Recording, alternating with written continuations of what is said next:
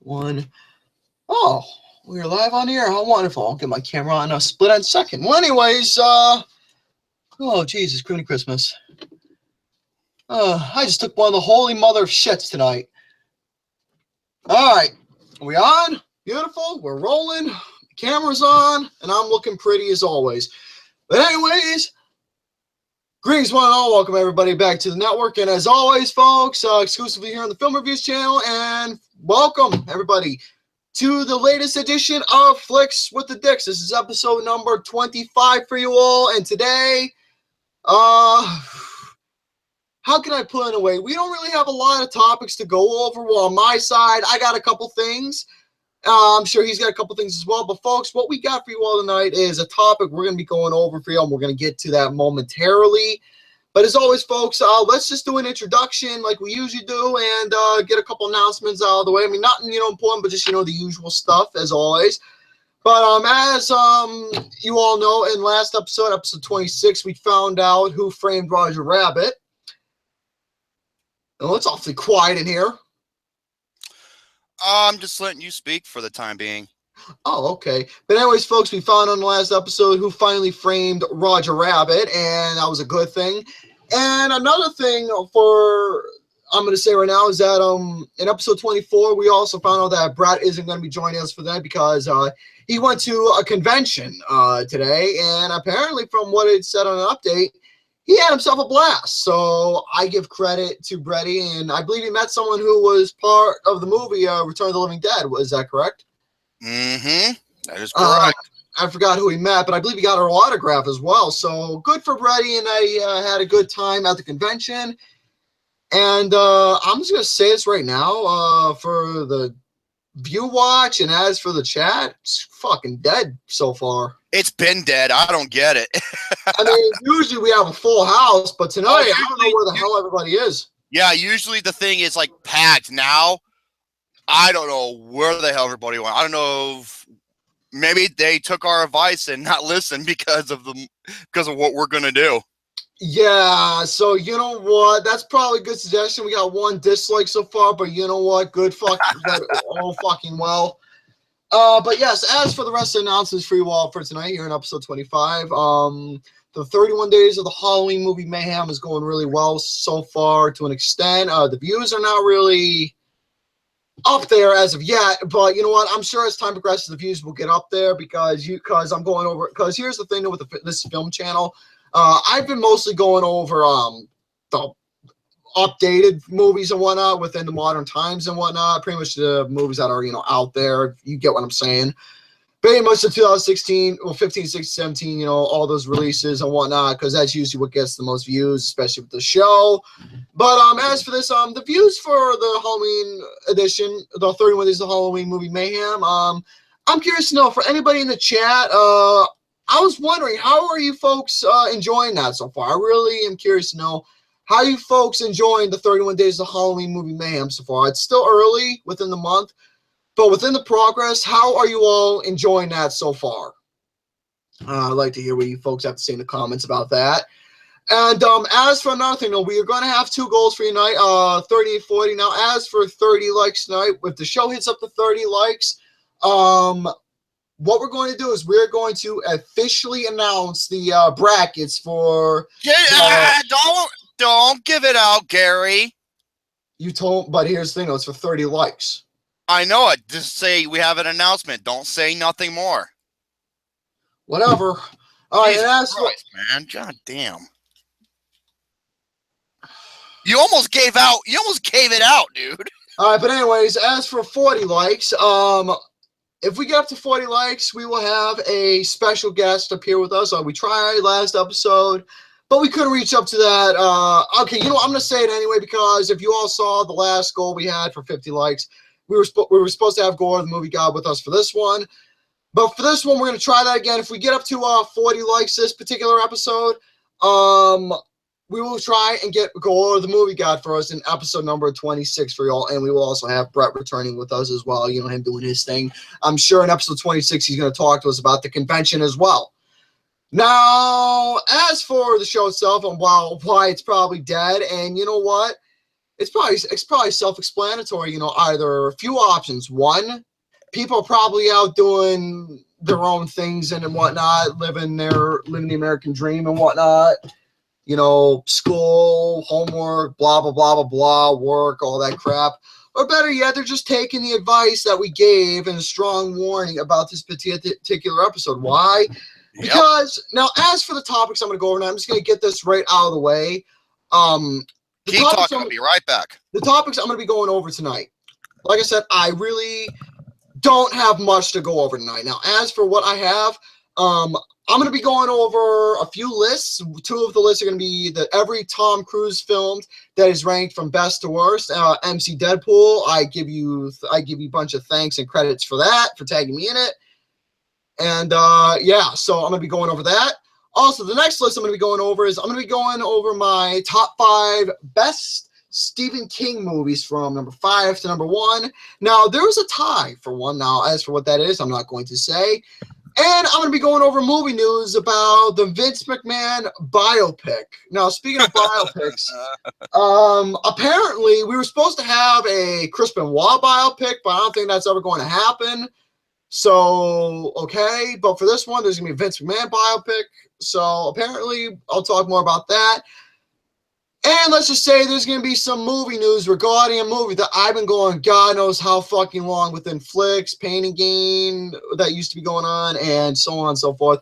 I got more movie news surrounding Bill and Ted 3. We got ourselves a title idea and more details about the plot and more in-depth detail of what's supposed to be in the movie and, who's writing and whatnot. So that is basically my topics of what I have, along with the main one. So you go ahead. The microphone's yours. You know what? I'm not going to go over them because I have been waiting for so long. If this cocksucker wants to vent in a movie like he did, two can play that game, the motherfucker. But anyways, folks, as for what we're going to be going, as for the main topic at hand now, before we even get started with what we're going to be talking about, this is a strong, now the views have actually grown, big boy. Okay, all right. Yeah, we're getting more people in the chat. Someone said that it's Columbus Day weekend. Oh, that dislike's gone. After I said something, that dislike's gone. I think, like I said, I have an idea who it is. Yeah, but anyways, as for what we're going to be going over, folks, I'm glad to see we got a lot of people here. And how's everybody doing tonight in the chat? Feel we get, the basic stuff out of the way, folks, see how everybody's doing and whatnot. So, yeah, how's everybody doing tonight in the chat? I want to hear, how's everybody doing? Just wait. Well, it takes like 10, 15 seconds for it to get to the chat, so you got to wait for... But yeah, while that's going on, now, folks, I'm just gonna say this right now. For this particular movie, now, just to get this out of the way, I saw this 10 minutes ahead of Tubby. When I found out this, we're gonna go over a little backstory first. Why? To build up the suspense for the main topic of what we're gonna be doing. So, anyways, this is a movie that has been mixed in a way. Oh man, I don't think. Within likes and dislikes. Now, within likes and dislikes of this movie, I've seen people liking this film. For the people who like this film, I'm just going to say this right now. As long as you don't like this one particular scene, I will not bash you whatsoever. Because pretty much I'm the mad genius and whatnot. Because, okay, he's the Bruce Blitz, I'm the mad genius. That mad genius, I get pissed and once in a while. But here's the thing, when it comes to me ranting, I'm mostly laid back like Mad Genius is, if you've seen wrestling. Bruce Blitz, if you've seen him stuff, yeah, you'll get the idea of how this guy is going to, act and whatnot. You pretty much get the idea. So anyways, I just want to give a little more backstory about Mad Genius for those who don't know who he is and whatnot. Awesome guy, love him, same with Bruce Blitz. But anyways, we're not here to talk about them tonight. That's for the network and whatnot, the main channel, where we pretty much suck both their dicks and whatnot. Speaking of that, anyways, getting back to the topic at hand. For this particular movie, as soon as I found out this movie was in actually decent quality where you can make out to where everything is and whatnot, and where it's in English audio, I figured, you know what? And here's the thing: when I clicked on this, I did not mean to watch this movie right away. So I said, "Fuck it, I'm gonna watch it." He was 10 minutes behind me from watching this movie, and let's just say this right now: I did do a review of this movie, a separate review. But here's the thing: I deleted it. Why? Because I figured, what's the point? Because if we're gonna be going over this on Flicks with Dicks, then what's the point of having a separate review where we're just gonna go into discussion and discussing this particular movie? Now, this movie. Never in my life. Now, for those in the network who like this movie, I'm just gonna say this right now. I've been hearing this particular statement saying, "Oh, I like this movie." Oh, I like this movie. Sick and tired of hearing that goddamn saying. Here's the thing about this particular statement. I've been hearing this particular statement. I like this movie, but I totally understand where you're coming from, and I respect your opinion. Let me say something about that statement of how that comes off to me. Mm-hmm. That particular statement, here's how it comes off to me. It tells me that you are self-aware of the problems this movie has, but you don't want to come out and address those problems as well. You just want to, be, down to earth and, how can I say it in a very professional manner? You just don't want to address the issues that you're self-aware of seeing and whatnot. Right? Yet, so you rather just give it a positive rating anyway without addressing the problem. See, if I go by face value, if I see a movie and if I see the problems that this film has, I'm going to go out and address it. Goddamn right. That's exactly what I'm going to do. I'm not going to beat around. I don't beat around the bush and say, "Oh, I understand where you're coming from." Yada, yada, yada. I don't beat around the bush. I address the issues of the problems that the movie has. Now, I am not naming names. I am not calling out anybody. No, I am judging anybody at all. I am not. I'm just going by the statement of when I hear the statement of how that comes off to me. That's it. I'm not putting down anybody. I am not judging anybody at all. Just wanted to get that out of the way. All right, but anyways, getting back to the point of this particular movie right here. When I saw this movie, for the first act, I'm just gonna summarize it real quick before we get into it. First half, I couldn't believe. I was thinking, okay, basic, simple, metaphorical, boring ass shit. Second half, the whole fucking movie is a metaphor. Second half of the movie, it was just more and more nonsense. Actually, the whole movie was nonsense, but I'm just going by what's going on in summary form, real quick. Second half, all these people come in, and you're wondering what the fuck is going on, and all these people coming in, interviewing this woman's house, and you're thinking, okay, so what's the reason with all these people coming in? What's the explanation? No, there is no explanation. And the third act of this film, oh my God. I'm just gonna say this right now. For the third act of this movie, I will say this. And by the way, Tubby, what do I always say when these come off? When the glasses come off, shit gets fucking real. Let me just say this right now. For this third act of this movie, for anybody, and I mean anybody who fucking like this third act, you are sick in the fucking head! Yes, you are. No, I'm going to say it's like, let me tell you something. Anybody who finds the third act of this movie redeeming, you are a sick, twisted, deplorable piece of fucking garbage. I've seen cannibalism excuse me. There was cannibalism in this film, but in general, I've seen cannibalism in the horror films, when it comes to zombies or sick, twisted films and whatnot in general. I've seen necrophilia, which I fucking hate. Those are two main things that I fucking hate in films. But there comes a point in time when I see that shit in films where it crosses a barrier. This movie literally fucking crossed the line. This movie, I mean, you know what? I'm going to go into details. Let's just say, we'll get to that in a little bit. Let's just say, feedback, that this movie pulls a Serbian film and a Neon Demon put together. Uh-huh. Now, I'm just going to say this right now, folks. Me and Tubby, we're going to take a 1 minute pause right now. Just like 1 or 2 minute pause right now. Why? Because right now, for the people watching this video, for those who like this film, for those who will support it and defend it and whatnot, I'm just going to say this right now. I suggest you stop it. I would just say stop right now. Just pause the video and just stop right now from watching. If you support or like this movie, stop right now. But if you do continue watching this after we gave you the 1 to 2 minute warning, if you start to get offended or remove one of us from our friends list, then you know what?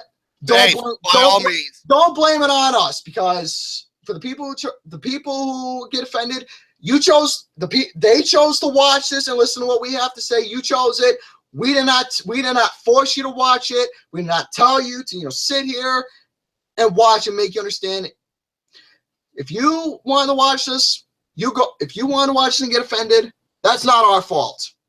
That is not our fault at all, because we warned you. So as for the 1 to 2 minute pause before we continue on, the time starts now.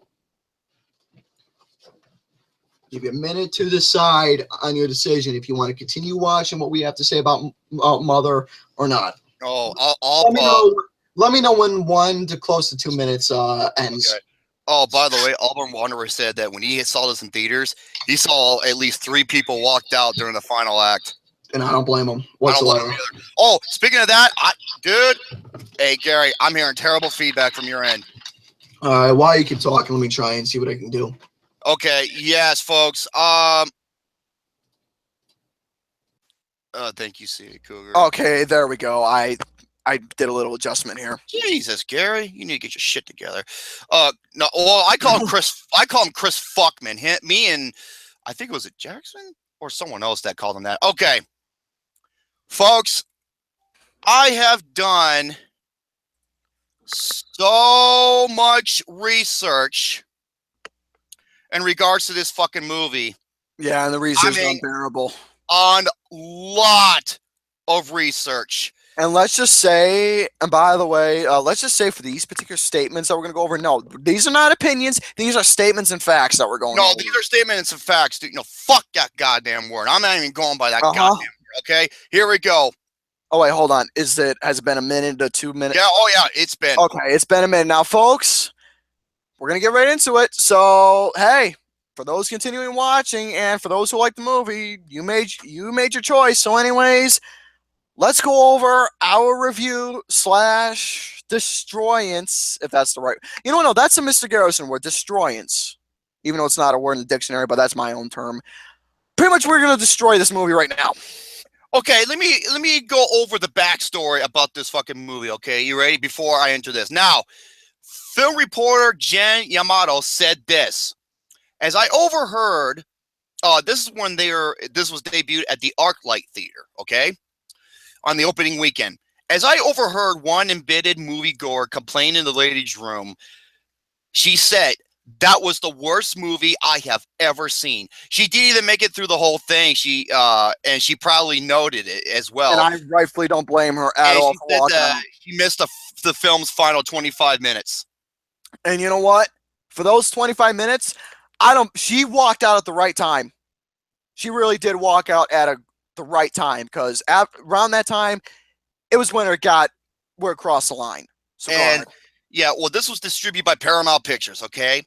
And it didn't take long for people to go on Rotten Tomatoes and give their thoughts on this fucking movie. Because let me tell you something. Okay, audiences hate this movie. They hate it. And let me explain.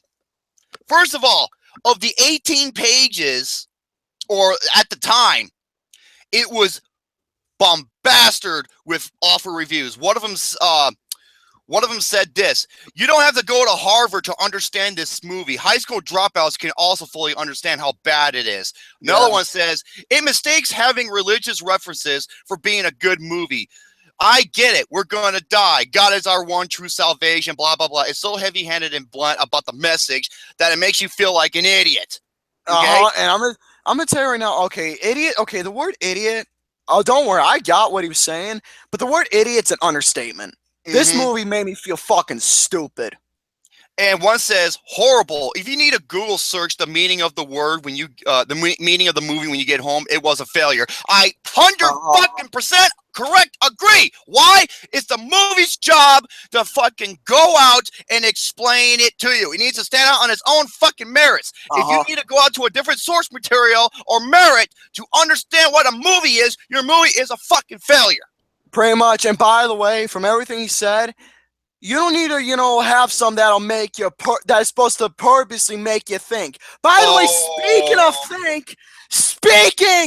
think, let's see what our good old buddy, Mr. Stuckman Oh had to yeah, say and then about you that. got this motherfucking cocksucking son of a bitch, stupid ass hipster cunt face bitch, Chris Fuckman.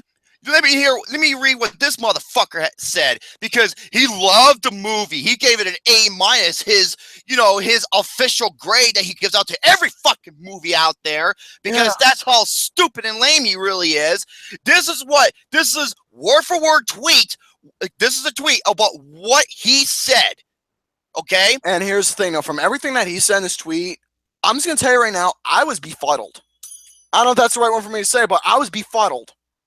No, dude, he already showed his true colors with that fucking Star Wars Rogue One analysis. Well, yeah, because he was literally going after it. He was literally bashing his fans that's been supporting him for the years, and literally just gave him the middle finger. That's all he did. And now this is what he said. Now this is towards the cinema score. In case you don't know, cinema score. That's pretty much a group of people, or no, it's the majority of the movie-going audience and their overall sum of a movie. This is one of the only, I think, like a dozen or a dozen and a half films. That's it. That got an F. It got a fucking F, and rightfully so, because this movie's a big fuck you. Okay, that's what this movie is. It's a big fuck you. I literally don't recall the last time. Cinema Score, is that the name of the website? Am I right? I don't remember the last time a movie got an F. That's the name of the website, right? Cinema Score? Cinema Score, yes. Okay, anyways, like you said, I don't remember the last time at all when Cinema Score gave an F to a movie, because that is an extremely, and I mean extremely, rare, yes. So, yeah, that's a big first time in a long time. And now here's what his tweet said. You ready? Okay, here we go. Gary, feedback. Go ahead. Okay, he says, Gary, feedback. Again? Okay, now it's gone. Mother has an F cinema score, and Jeremy Johns and he tags Jeremy Johns in this. I'm going to say this right now. I can't believe I'm going to be defending this guy for the first time, but he had no right tagging him in for something. No, here's the thing. At first, but no.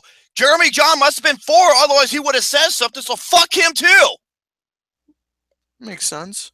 No, fuck that motherfucker. Makes sense. And he goes, and Jeremy Johns and I are like this, and he puts it in quotes, and he says, think about it. I repeat, YouTubers encourage retrospective film analysis. How about you go fucking cactus? Fucking hell, dude. You pretentious douchebag cunt face. By the way, he's not the only one. What did our good friend, Mr. Scott Mans, have to say about that? Oh, yeah, you got this fucking George Clooney cocksucker lookalike son of a bitch here. Yeah, Scott Mans, the La La Land dick rider himself. Let me go over this motherfucker and let me explain what the fuck he said. Oh, what he said. I was ready. You thought goddamn neck. You thought the tweet that Stuckman said was bad? Shit, this one's literally on par with that. Okay. Here we go.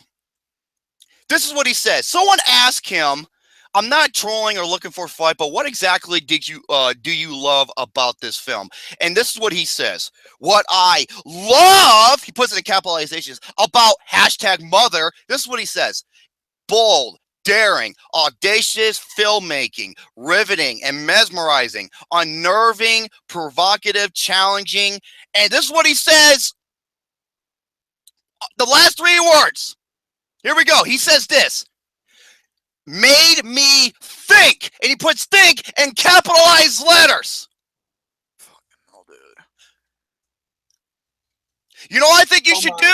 How about you take out the fucking La La Land dildo butt plug that you have up your ass for so fucking long and wake the fuck up. You pretentious douchebag cunt face. Help me out here while you're talking. Oh no, don't worry. I'll get to that. And then, you know, he and this person has some words, right? And oh, by the way, guy named Bulldog Trading said this.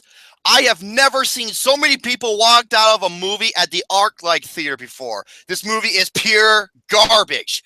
And then this is what he says. The guy who replied to him, he goes, yeah, those things, what you just said, they're just genetic. What did you think about it? And this is what he said. That is what I think. If that isn't enough for you, then no wonder you didn't like it. How about you go fuck off, Scott Mans? I don't. You're just about as bad as Chris Stuckman's fucking ass. Here's the thing. This is what I fucking mean by people who like this movie and will act like this. This is what I fucking mean. Mm-hmm. This is the type of people. I mean, you want me to give you a perfect example of two good guys a guy who liked this movie and actually had a friendly debate about it with someone who didn't like it? Watch Diego and CA Cougar's debate about it. They did an excellent showcase on it. Yeah, and these people, you know, and don't worry, we're going to get to more of that. And then you got another dickhead named Vincenzo Porco. He says this under Scott Mans, you know, because he was sucking his dick at the fucking time. He says, fantastic. I find most casual reviewers don't like to think after the film finished to find meaning. Fuck you, motherfuck you. So the find meaning when you see a fucking baby getting brutalized, have his neck broken, murdered, and eaten by cannibals? You think that's all right? You think that's fucking meaning? That's all right. You think that's all right? All right, I'm going to stop you right there for a second. You think that's all right?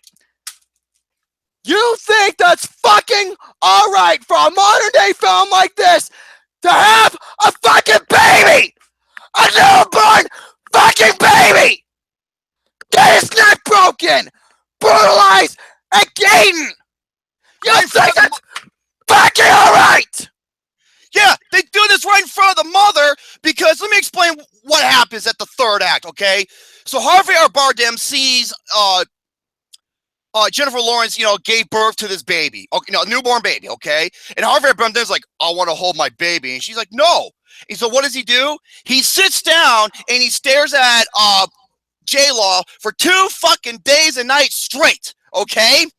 To wait for her to fall asleep so he can take the baby away from her. And because he has all these people who are fans of him because they love his writing, okay?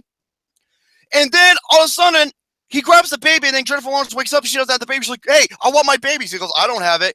And then the asshole crowd are crowd surfing this baby uncontrollably, you know, and he's like crying for dear life, this newborn baby. And then the next scene, and the next thing, you hear his fucking neck being broken. You hear his neck being broken. You think that's fucking all right? No, you think you think that's fucking art? You think that's masterpiece? You think that's okay? That's something that you should mesmerize? You're fucking sick in the head, and you think that's mesmerizing? No, you are a scumbag piece of shit. That's what you are.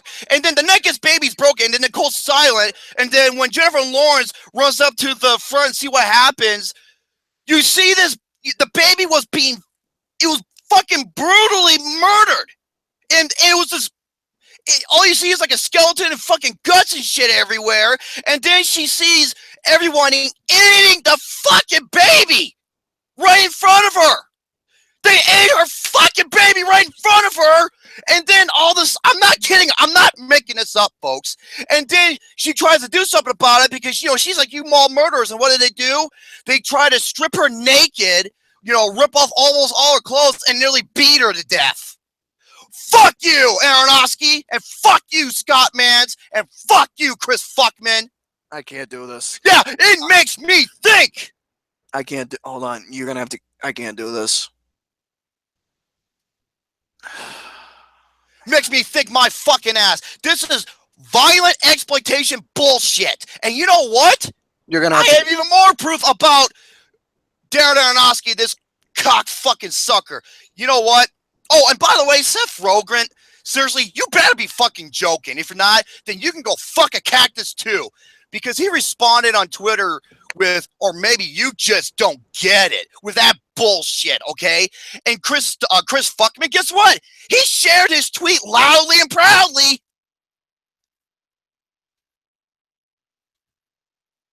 Okay, and oh, I'm not kidding you. I even told, look at, dude, this actually fucking happened. And I'm thinking, who the fuck can support this bullshit? This is, dude, it pulls a Serbian film and Neon Demon.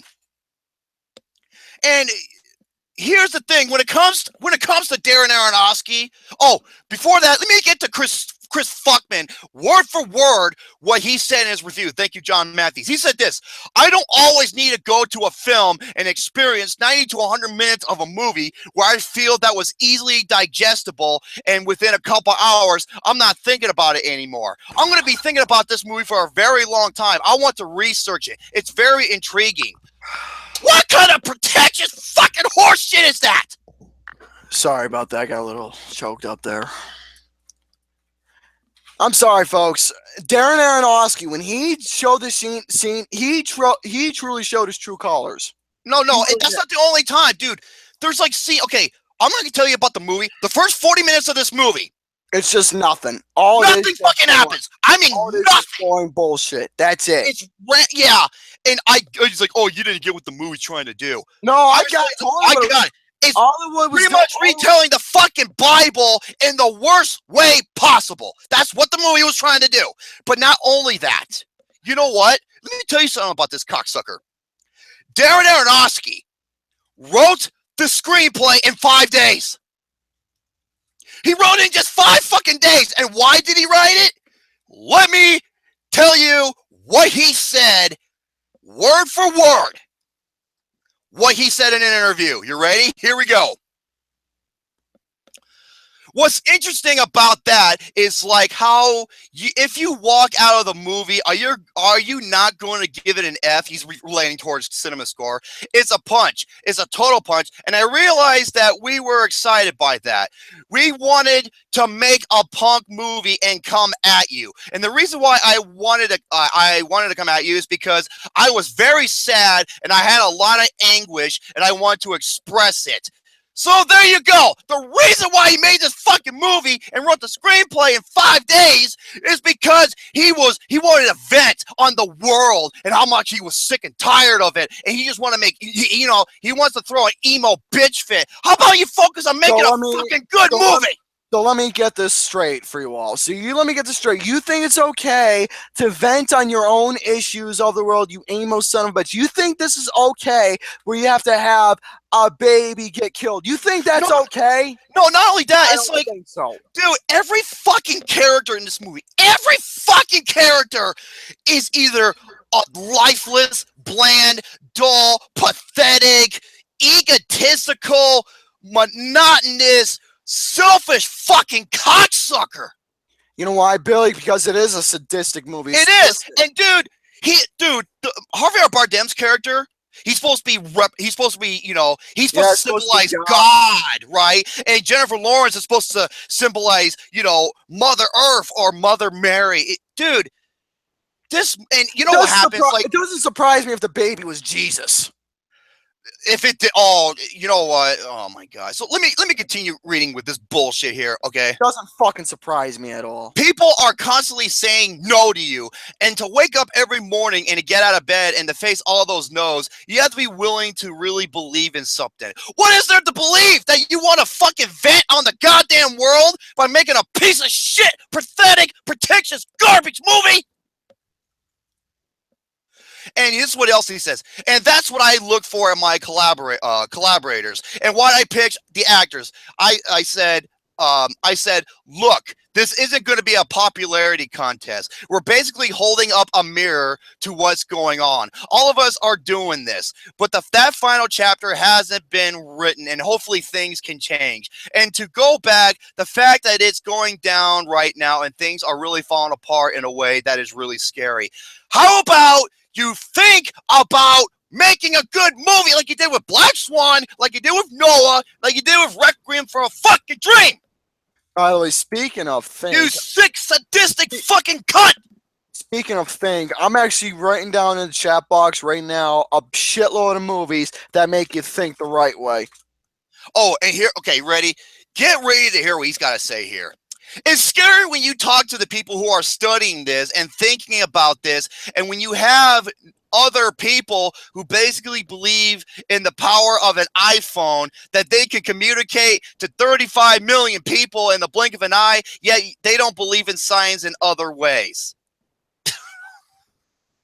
I'm not kidding you. He fucking said this. And then he goes, you know, that this cocksucker's saying makes sense to anything. It does not at all. You know, which is as proven as gravity at this point, really. It has as many people believe in it as people in gravity. And it scares me, and it's time to start screaming. So I wanted to howl, and this was my howl. And some people are not going to want to listen to it. That's cool. How about fuck you? We're not your therapists. We're here to watch a fucking entertainment product. Not here to, get its own metaphorical bullshit or whatever it is you're trying to do or whatever it's supposed to be centering around. We're supposed to be watching a movie of presentation of how the film's not only executed, but what... I just lost my train of thought. What it's executed and, what's centering around how it's going to, impact a person by face value. Yeah, and then Darrenowski says this. Because you know what? I'm so happy this movie fucking bombed. I'm so happy it did. I'm so happy that fucking Paramount lost money because they want to back up your goddamn bullshit. And then this is what he says. Darren Aronofsky said he wanted you to hate the movie Mother. Yeah, on purpose. I'm like, wait, what? And this is, okay, get this. After a disappointing opening weekend, Paramount is trying to do damage control by using the polarizing reviews and the rare F in cinema score as a marketing tool to get people to actually see the movie. How fucking pathetic is that? Well, pathetic's an understatement. They want to use our fucking hatred to promote this movie because even they know how much of a piece of shit this movie is. They were self-aware about it. They seriously were self-aware, and look. Oh, dude, I even got some from one of the people from Paramount. We'll get to that, okay? Now, get this. Yeah, and now... Oh, my God. Hold on. You want to know another film that made you think as well in the right way? And you want to know what this... Oh, I know. Prison... No, I was thinking of someone else. Vanilla Prisoners? Yeah, the only one I like. Okay, and it gets better, folks. Okay, ready? Yeah, it goes, Aronofsky said the whole point of the movie was for you to not like it. He wanted you to hate the fucking movie. What was the point? Why would you want people to hate your movie? That makes no sense! So basically, goddamn fucktard shit brains! Basically, he's being an emo fuckstick, and he's asking, and he wants people to hate him. Also, so he wants it. Of course, according to Aronofsky, this is another thing he said. You ready for this shit? Oh, this pissed me off so bad to where I had to make a fucking post about this.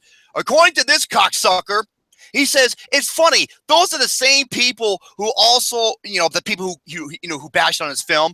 Those are the same people who also write about how there's nothing ever new going on in film. Suddenly you do something really new and people don't dig it. Fuck you! Motherfuck you! No, I don't want to go see an exploitation, violent, sadistic, pretentious, art house bullshit movie. If you really original, how do you explain these movies? 2001: A Space Odyssey, Alien, Baby Driver, Back to the Future, Birdman, Django Unchained, E.T., Finding Nemo, Ghostbusters, Hell or High Water, In Bruges, Inception, Inside Out, Juno, Kubo and the Two Strings, Kung Fu Panda, Moana, Monsters Inc., Nightcrawler, North by Northwest, Pan's Labyrinth, Prisoners, Pulp Fiction, Raiders of the Lost Ark, Ratatouille, Reservoir Dogs, Rocky, Seven Psychopaths, Sing Street, Star Wars, Taxi Driver, The Hateful Eight, The Matrix, The Nice Guys, The Prestige, The Sixth Sense, The Usual Suspects, Toy Story, Unbreakable, Unforgiven, Up, Wall-E, and Zootopia! Can you say that all again? How do you explain those fucking original movies? Say that again, please. No! Motherfuckers putting words in my mouth? I'll put my big fat cock in your mouth. And then I'll skull fuck you. And then I'll film that and make that a metaphor. It better be better than your goddamn movie. The fucking nerve on this guy. Seriously, he can burn in hell.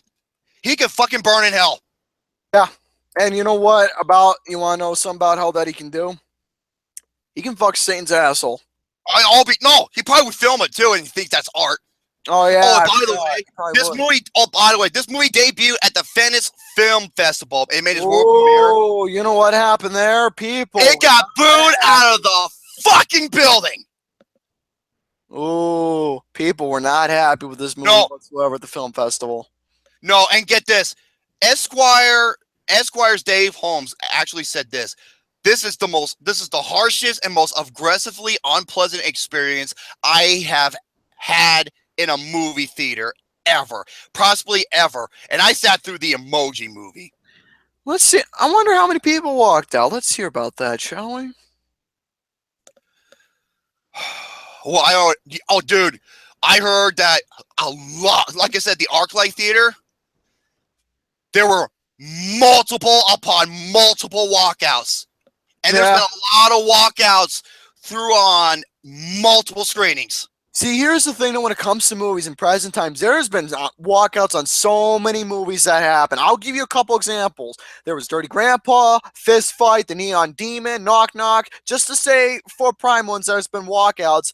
But never in my life of 2 years of reviewing films on YouTube getting into being a film guy in general, never in my life have I seen a film get this much hatred and people fucking walk out.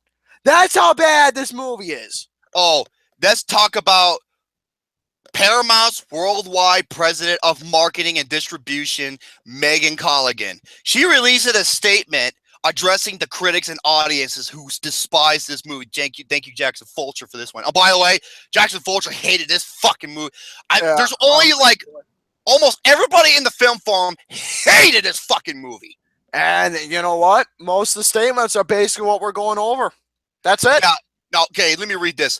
This is what she said word for word. This movie is very audacious and brave. You are talking about a director at the top of his game. Bull fucking shit. So making a movie where a bunch of people come into a household and destroy it for no apparent reason? Nothing to explain at all, and just bunch Why? Of Why? Because Harvey Bardem's character is an egotistical maniac cocksucker who let all these people in, and he loves the attention, but no, they're destroying the house and doing God knows what not, and acting like a fucking asshole to J-Law's character, who's pretty much a lifeless fucking obnoxious bitch who just goes by everything that Harvey Bardem says. This movie's fucking sexist too. Yeah. How offending. Yeah, okay, now, they made a movie that was intended to be bold. Just because it was intended to be bold doesn't fucking mean it was going to be good! No. I'm sorry. For people who like this movie, for all these cocksuckers who we've said who like this film, I don't understand where the fuck you're coming from. No, I don't! At all. I got a couple more things I have to read about certain quotes they use in this movie, in this goddamn film. And people think J-Law was good in this movie. She was horrible. And by the way, what's his name? What the fuck was his name? What? The guy who played her husband. What was his name? The actor. Harvey Bardem, who's a great actor. Oh my God, he was awful as well. He was not good either. Thank you, MC Nobody Deadpool. was good in this acting in this movie. Oh, okay. J-Law in this movie is pretty much Harvey Bardem's fucking pet or slave. That is fucking truth. And by the way, should I also mention that all they're doing for a lot of the shots in this film, it's mostly just focusing on her face mostly. And oh my God, a good portion of this film, she's fucking useless. Yep. And you know what? Useless and all helpless. And she doesn't do a damn thing but whine and complain and not take action. And this has some of the worst cinematography I have ever seen in a movie. The cinematography is absolutely dreadful. Dude, like I said, it follows like, okay, yeah. Oh, another thing that makes Darren Aronofsky a fucking sick, pathetic, sexist garbage piece of fucking shit is that, oh, him and J-Law are actually dating. We're going out. Therefore, I'm gonna be a fucking creep ass. Go behind the camera, stroking my miniature fucking dick when I'm zooming in on J-Law because look how hot she is. Yeah, I'm dating her, guys. I'm gonna do this because it's my movie, and I'm gonna vent while I'm beating up behind the camera. You want to know what the sad factor is? They pulled the exact same shit in Knock Knock as well. They did. Okay, about this bitch's statement. She goes like this. Everybody wants original filmmaking, and everyone celebrates Netflix when they tell a story no one else wants to tell. Who the fuck wants to watch this bullshit? Okay, there's another thing. What does Netflix have to do with any of this? Nothing. Netflix has nothing to do with anything about the movie of what, you know, she's supposed to be. Because when they tell a story no one wants to tell, I was like, no, Netflix because they do it right. Like my mom loves that show, Orange is the New Black. Yeah, that's different, but it's done right. Okay, now she said this. Feedback. This is our version. We don't want all movies to be safe, and it's okay if some people don't like it. Some people? There's a lot, and I mean a lot of people. Some people? The movie has a fucking F on Cinema Score. So you know how rare that is? What does that tell you, lady? What does that tell you? Yeah, she's pretty much sucking Darren Aronofsky's fucking asshole inside out. Doesn't fucking surprise me whatsoever. Cocksucker. Oh, also, when he showcased this movie at the Toronto International Film Festival, this is what Darren Aronofsky said to him. He goes, "I apologize for what I'm about to do to you." Okay, what was that? So basically, he only wants to make this movie so this movie can be talked upon. I was like, dude, he wants you to hate your fucking movie. Do you see why I hate this cocksucker now? Yeah, because he's purposely adding things that people are offended by or don't like in general, and it makes him fucking happy. So look what happened. You got your wish. This cocksucker got his wish. Yeah, like I said, the first 40 minutes doesn't happen until here comes Ed Harris and Michelle Pfeiffer. Oh my God, these two fucking people. Why? Because Harvey Bardem, he wanted them as guests. Why? Because Harvey Bardem is an egotistical fuck to where Ed Harris and Michelle Pfeiffer love their work. They love Harvey's writing, so he allows them to stay without the consent of J-Law. And why am I calling them that? Because they have no fucking names in the movie. I'm not joking. No. They have no names in the movie. There's no names. All the referred guys, you know, him, mother, fuck you. I don't. Just a bunch. My God. It's just a bunch of random things where I get confused with the shit out of you. And Michelle Pfeiffer in this movie. She was God. She was beyond awful. She was so obnoxious. Mean-spirited, fucking nosy bitch ass. Ludicrous as well. Cunt face bitch. I'm sorry, she was. She had no purpose in this movie at all. This movie has no purpose. No fucking purpose at all. And then Harvey Bardem shows them this fucking crystallized object. Yeah, at the beginning, right? So let me get this straight. What's so special about it? Oh wait, there's nothing. It's just there. Okay, and you know, because Ed Harris and Michelle Pfeiffer, they're Adam and Eve. Yeah, Adam and Eve, and guess what? They break the golden rule of taking the apple. And okay, thank you, Jackson. That makes it smart because it's a metaphor on the Bible. Thank you. You know what? Hold that thought. I'm going to read you the definition of what a metaphor is. You ready for this? You know, folks, I'm going to tell you right now, the definition itself, it's literally called bullshit on its own definition. And you know what? Fuck the goddamn marketing in this movie, because this movie made it out to be a horror thriller. It's not. It's anything but that. It's not. It's a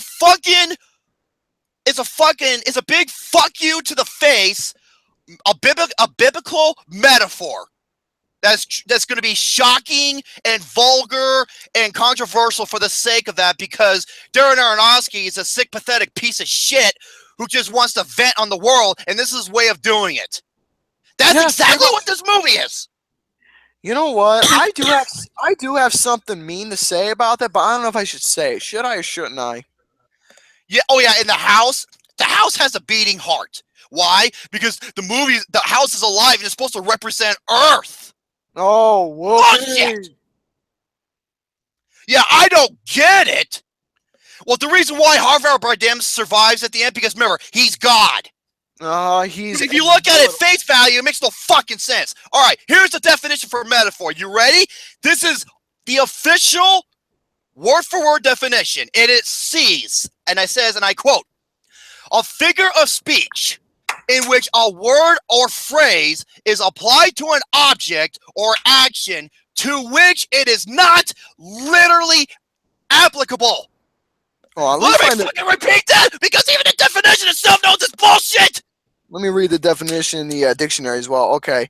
A figure of speech in which a word or phrase is applied to an object or action to which it is not literally applicable. So not only is the fucking word knows it's bullshit, that explains this movie is bullshit.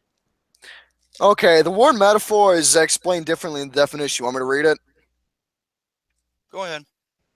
A figure of speech in which a word or phrase that is ordinarily associated one thing is applied to something else, thus makes a comparison between the two. Thus makes a comparison, even though... So it's bullshit in that fucking dictionary as well. Exactly! It literally, the word metaphor is a bullshit, not only word, but it's a bullshit definition. The fucking word's definition calls out itself bullshit. Yeah, and oh yeah, there's a sequence where things just get out of control because Ed Harris and Michelle Pfeiffer's two sons, get it? Cain and Abel! Do you get it? Do you get it, folks? Oh, you have to think in order to get it! Yay! Fucking motherfuckers! Okay, and guess what? One brother kills the other! Oh no! Oh my god, I'm so scared! Someone got killed! Ooh! Yeah, because of a deed. Do I give a fuck? No. Is this blood for the sake of blood? It's just for shock value. That's all it is. It's all for fucking shock value. And then when one of the sons gets killed, they hold this fucking like funeral party for them and everybody because Harvey Bardem's a fucking, he's an egotistical, naive prick cocksucker who's just like, let's invite everybody, and they just start destroying the house. They just start repainting the house, and for no fucking reason. And then you have this one guy trying to hit on J-Law. He's like, come on, let's go out, let's go for a hike and everything. And not a damn thing's done about it. Cause and you know what she says? This guy hit on his wife, and not a damn thing's done. Yeah. Oh yeah. No consequences for other people's actions. Oh. None. And you know what he says? Because she's like, dude, get off of me. This is my house. I can. And she goes, oh, then bug off, you cunt. And he just walks off. I'm like, what kind of fuck kind of movie am I watching? So basically, that just all that was just there for shock value for no reason whatsoever. After she said something that you can say, defend herself, he gets all offended, and basically, you got yourself a whole fucking scene that just happened in a matter of what, 1 minute, 2 minutes? Just for no reason whatsoever. Yeah. Oh my god. It makes no sense at all. Oh my god, it's fucking movie. Oh yeah. So when the writer, okay, first of all, the next, okay, sometime, okay. The way, okay, they have sex in the most ridiculous fucking way possible, right? Again, it's just there. That's it's just all there. it is. And they end up fucking. Well, Harvey Bardem charges after. He's like, "Cause you never want to fuck me." And then Harvey gets pissed and he starts to, make love to her on the stairs. She resists at first and shit. I'm just like, what the fuck is this shit? And then the next morning, J-Lo wakes up out of bed. She's like, "I'm pregnant." I'm like, so okay. Basically, they fuck, and all of a sudden she gets pregnant just like that. The next morning, I'm not joking you. I'm just like, hey, movie. The next morning. This movie is so illogical that it's not even fucking funny. You want to know how long it takes for a woman to actually develop a baby? Close to 9 months. Well, no, like realizing that you are pregnant. Usually, it's about 6 weeks, 6 to 8 weeks Well, average. okay, I'm talking about when the kid actually develops. Oh yeah, and It's usually about 9 months. For about realizing you're pregnant is around like 5 to 6 weeks. oh yeah, and then Kristen Wiig is in this fucking movie. Oh my god, everybody in this movie is a fucking live action cartoon in this goddamn thing. I'm not kidding you. Everyone acts like a goddamn buffoon. Yeah. Worst way possible. Oh, she was so miscasted. Dude, I was just like, why is she in this movie? Why?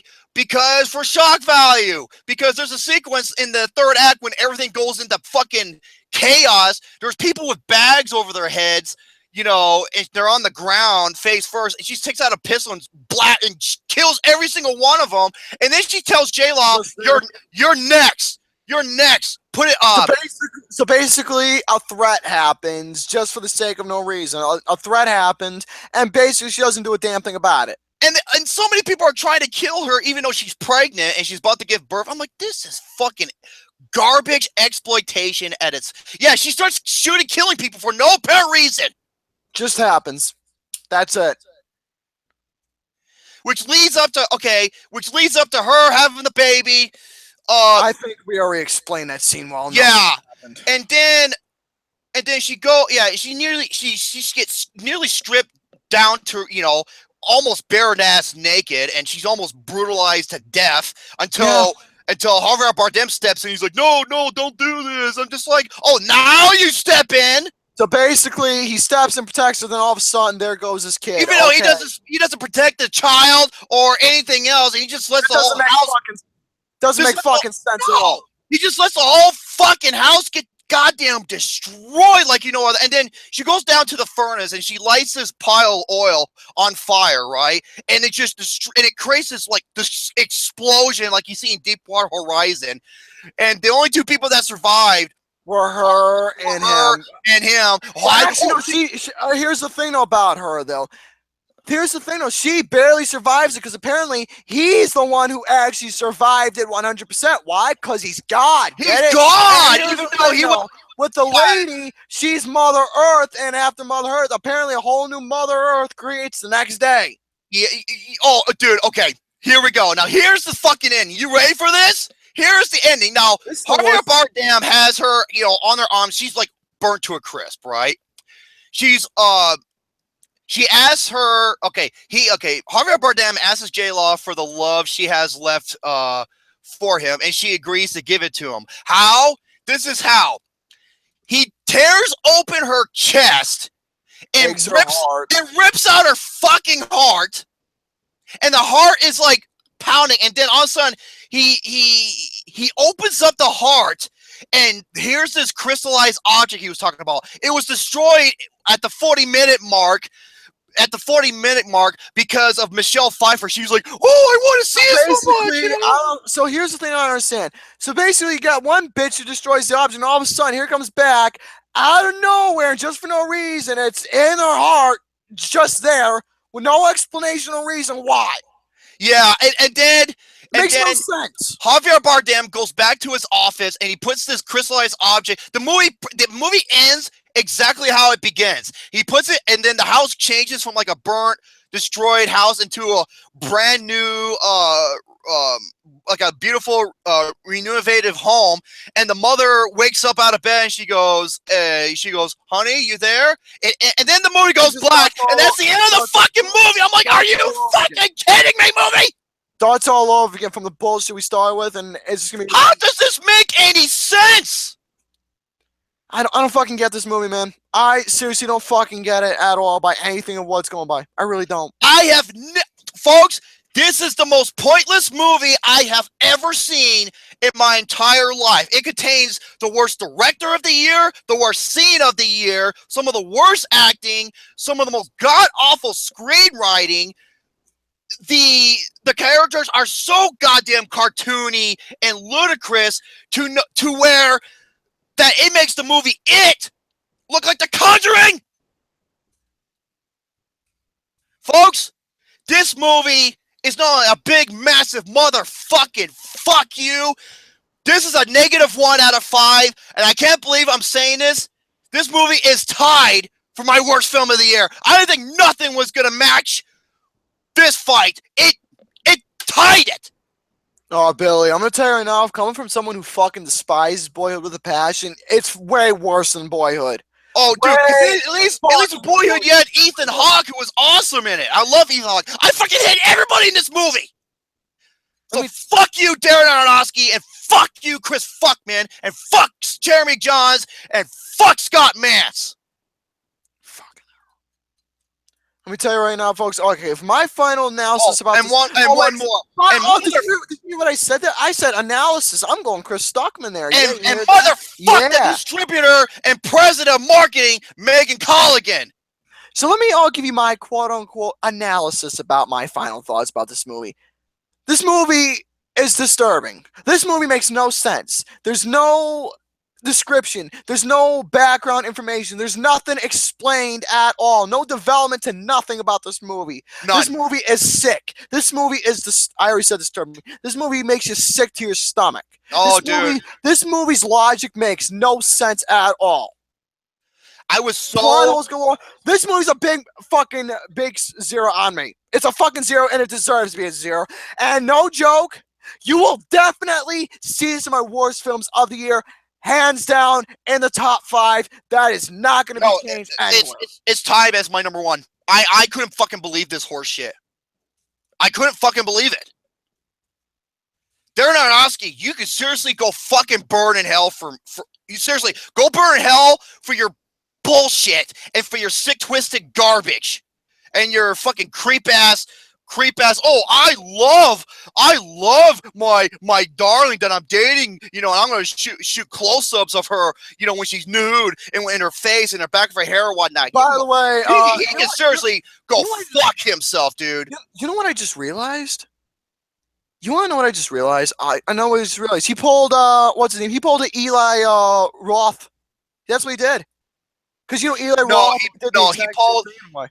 He pulled the pretentious whining Refn. Still. I told you, he pulled the Serbian film and Neon Seaman. So what does that tell you, folks? What does that tell you? Oh my God. I don't think we have anything else to explain about this film, do we? I went over all of my fucking things. Yeah, we don't like original films that make you think. Motherfucker, I just named you. I gave you a list, folks, in the chat. I gave you a bundle of films that make you think the right way. I gave you all a bundle. Yeah, watch a movie where Javier Bardem takes his son, fucking gives him to a fucking crowd full of like cartoonish, imbecile, asshole cocksuckers. Let him crowd surf the baby uncontrollably, break his fucking neck, and then brutalize, murder him until there's like guts and bones everywhere, and then have the fucking people eat the goddamn newborn innocent baby in front of J-Law, and then after she retorts, they fucking damn near beat her to death and strip her from her clothes. You are fucking sick. You are fucking sick, pathetic piece of garbage. So yeah, folks, I believe that covers it. So I thank Tubby for going over Mother for you all. I've been waiting a whole week almost a week to go over this, and I'm glad I got it out of my system because, folks, this took me three and a half fucking hours to finish, and I was losing. Dude, this movie made me lose my sanity. I thought Rough Nightmare did it bad for me. No.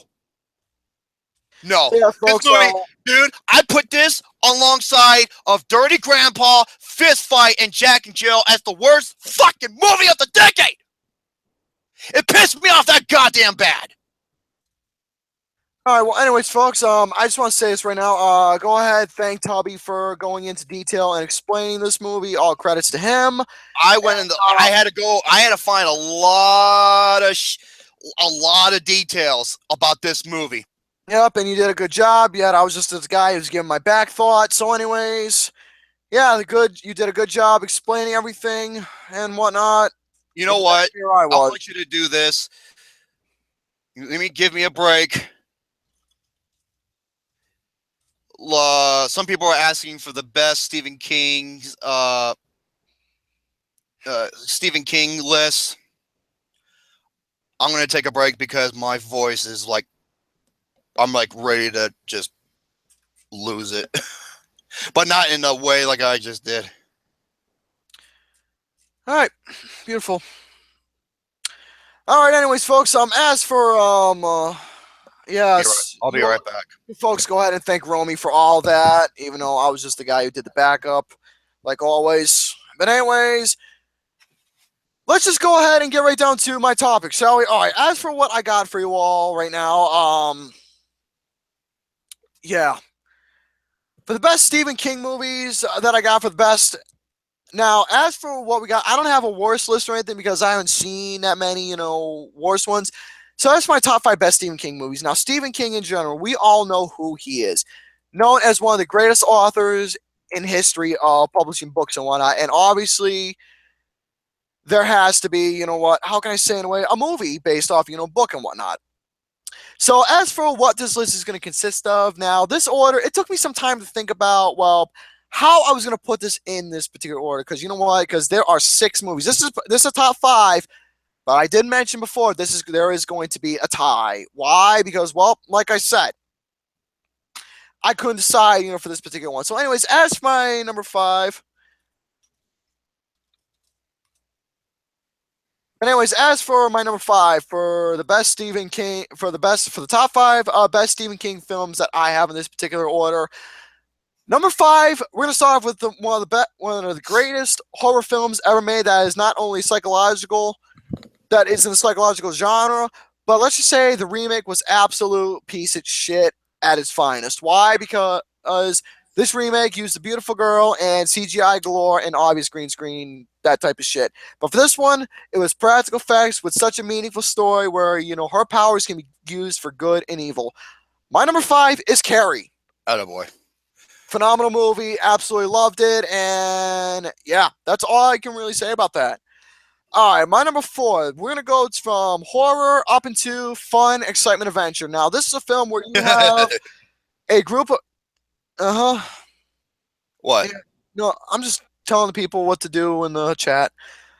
All right, but anyways, go ahead. But anyways, as for my number 4, folks, let's just say this is a film that is not only about excitement and adventure, but let's just say how about a group of friends got together on one summer day, heard the story about a kid's dead body, along with other campfire tales, and they go off on an adventure to try and find the story and see if this myth of this body is true. Yep. And let's just say this film was absolutely brilliant at its finest. My number 4 is Stand By Me. Oh, fuck, I forgot. The film itself is fucking brilliant. I mean, you can't say nothing bad at all about this movie. I mean, it's so genius for how it worked out with the basic plot, going off on an adventure with the suspense factor, almost getting hit by a train and everything. Yeah, it was brilliant. All right, number 3. This movie, let's just say, I never look at wood or sledgehammers ever the same again after this. It's another Rob Reiner film. And my number 3 is a film where this author who is publishing a book, his infamous books are known as the Misery series, and obviously my number 3 is Misery. So this author goes off and gets into a car accident. Then here comes Annie, who is played by what's her name? She won the Oscar in 1991, and it was a well-deserved performance. She deserved. Kathy Bates. Thank you, Kathy Bates. She won the Oscar for this particular performance, and she rightfully deserved it in 1991. And this is pretty much her greatest performance she's ever done in a film, and rightfully deserved. Now, for this particular film,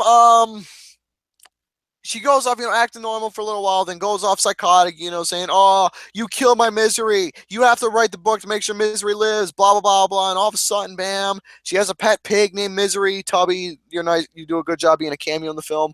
But still, it's an absolute phenomenal film, along with the infamous scene where his legs get broken. Yeah, you can never forget about that. Oh, no, his ankles. He got hobbled, that scene. Oh, hobbled. But yeah, his legs were almost better, but all of a sudden, yep, bye-bye legs. So yeah, that ending was absolutely perfect. leading to where all makes sense of, him acting, he loves her, blah, blah, to where he gets his redemption of, finding out who she truly was. All right, my number 2 is a film where, let's just say it was an inspiration of a real-life hotel that is haunted, known as the Stanley Hotel, and it is a Stanley Kubrick classic. My number 2 is The Shining. That's also my number 2. Family goes off this family goes off on vacation, stay in a hotel, and let's just say strange occurrences start to happen where each member of the family, Olive Oil, not my ex-girlfriend, but the person who played in Popeye, Olive Oil herself, was in this film, and let's just say she started experiencing stuff. Jack Nicholson starts to go ham and cheese, buttermilk biscuits, and the kids start to experience stuff as well, along with his little friend Tony. Excuse me. It's like seeing in a picture book and whatnot, stuff like that. Oh my god, man! Oh, now this film is what? Room 2. Is it room 243?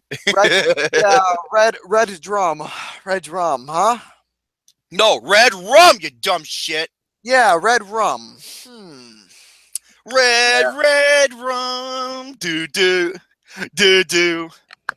Gary's got math slitch slong. I'm just kidding.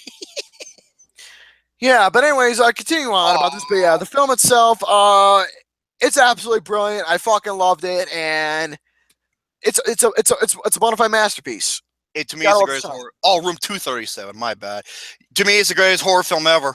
All right, now as for my number 1, now this would have been a top 6, but here's the thing: my number 1, this is a tie because these are 2 films that I gave a perfect 6 out of 5 to. Why? Because these films are genuine masterpieces in general. Because I cannot choose one or the other of what should be number 1. Why? Because these films is just outstanding, beautiful storytelling that just hits you right here in the chest. It really does. My number 1 is a tie within The Green Mile and The Shawshank Redemption. Shawshank is my number 1. And by the way, when I said red rum, Aaliyah said something funny. She goes, "Red Robin, yum." Mm-hmm. Oh, that's funny. Get out of here, Gary. That's funny. Yeah. But anyways, continuing on with my number 1, The Green Mile is a film where you know the story about this innocent prisoner named John Coffey who's being accused for murder because of something that he didn't do. Where Billy the Kid himself, Wild Bill, who I'm not gonna lie was fucking hilarious in this movie. He really was. To a certain extent, until you realize who he really is. Yeah, until you realize who he was. Yeah, that's where it hits you. Also, Percy Wetmore. I'm not gonna lie. Oh man! The guy who had Mr. Jingles as the pet mouse. When he said, "Hey, now I know why you got your name Percy Wetmore," and it made sense. It really did. But yeah, Mrs. Lotta Lead Pipe, eh? So yeah, Percy Wetmore, obviously the most hated character in film history. To me is. I never forgot that motherfucker. No, that is a character you can never forget at all. The name itself, once you hear the name Percy Wetmore, you know exactly what movie he comes from and know exactly who he is. All I gotta say is this: the sponge wasn't wet. Yeah, the sponge was not wet at all. The sponge wasn't wet at all. And let's just say right now, and by the way, a lot of people have been questioning about Percy Wetmore after he got possessed, where the evil, basically that, and by the way, folks, you want to talk about a quote-unquote metaphor used right? This movie used the word metaphor right. All them flies, that was a quote-unquote, that was a metaphor for disease. It pretty much, well, yeah. It kind of reminds me of, what's the name of that Greek god? The Greek god who... He was like a delivery type. He was like the messenger of the gods who helped control sickness. I think it was. Is it? Hold on a minute. I am. It's not. not I think sure it's Hermes. I think it's. Is it Hermes or Helios? This one. It's not Helios. It's Hermes. But go ahead. Somewhere around there. But yes. Anyways, as for that, still the disease as a metaphor, and I can't believe I'm saying the word metaphor. Why? Because metaphor was used right in this movie, and. The metaphor was the flies being disease and everything. And after when John Coffey put the disease right in Percy, when he was fucking brain dead, while he was walking straight, while he turned his head to look at a Wild Bill, if anybody knows that tear come out of his eye and what that meant, he basically saw the deed that Wild Bill did. Yep. Because, if you remember that where Tom Hanks was sucked in to see the vision that John Coffey saw, That was the same exact vision Percy saw, and that was the only good thing Percy did. Just shot and killed him.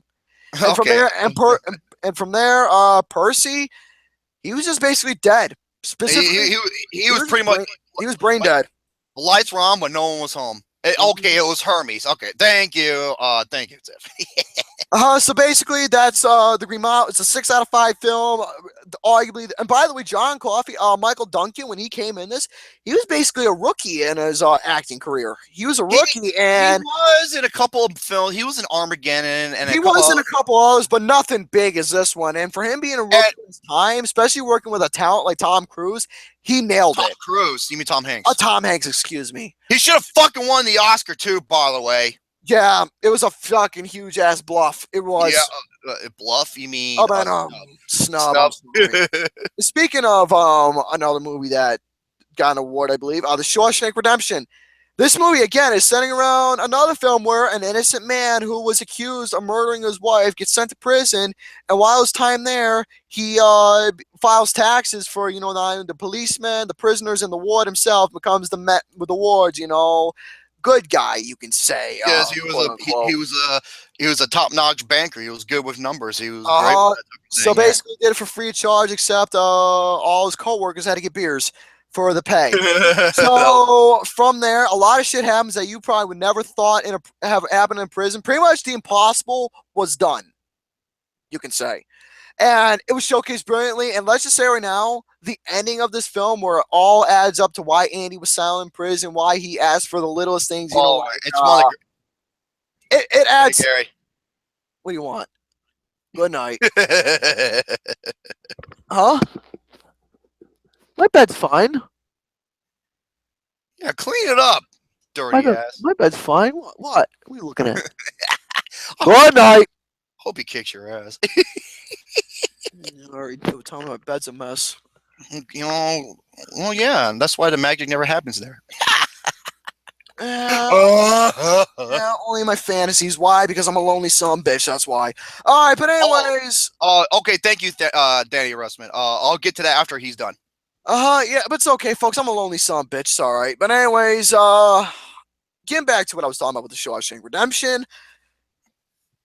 Everything, all the little things that he was asking for, asking for like a stick to a hammer, the littlest things. That was my pops. The littlest things that he was asking for, it all makes sense. It took him 10 to 20 years. No, it took him almost 20 years. 20 years to make that big fucking hole without anybody noticing. And he was fucking silent throughout the whole time. And boy, all the posters he was asking for a new girl each decade to New Year, it made sense. It absolutely made sense. Not for his own pleasure, but to cover up his tracks. Yeah. And everything made sense in the ending to how he managed to fuck the ward and everything.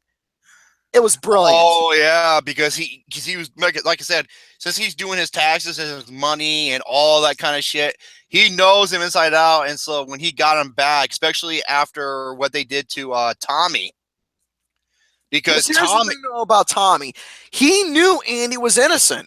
Well, yeah, because he was a cellmate to the actual dude who killed his wife, and he wanted to testify for Andy, especially for all the stuff Andy did for Tommy, like him get the education, get him his get smart and everything. And what happened? And why did the warden kill him and faked his death and trying to escape? Why? It's because he did not want Andy to leave, because he's so good with money. He was making so much money with Andy. He was good with numbers, and he didn't want to let that go. Yeah, so folks, there's your explanation on that particular statement right there.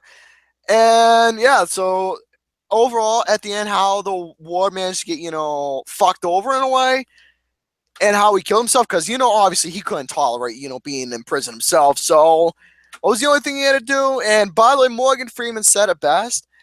How the hell did Andy Dufresne got the better of him something like that?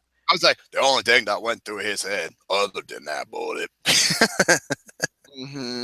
All right, so yeah, folks, that's gonna have to do it for that particular list. So, what is your top 5 yourselves of your Tom Cruise, your Stephen King films?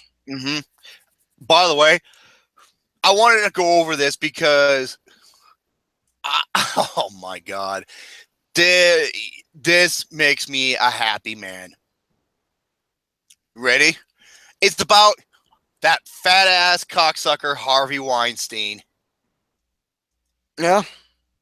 If you don't know, he's been going through a lot of controversy as of lately. One involving going after the gun restrictions because of what happened at the Mandalay Bay, which is bullshit because he's such a big fucking hypocrite due to the fact that he's helped present some of the most violent fucking movies in history, especially involving guns. So there you have it.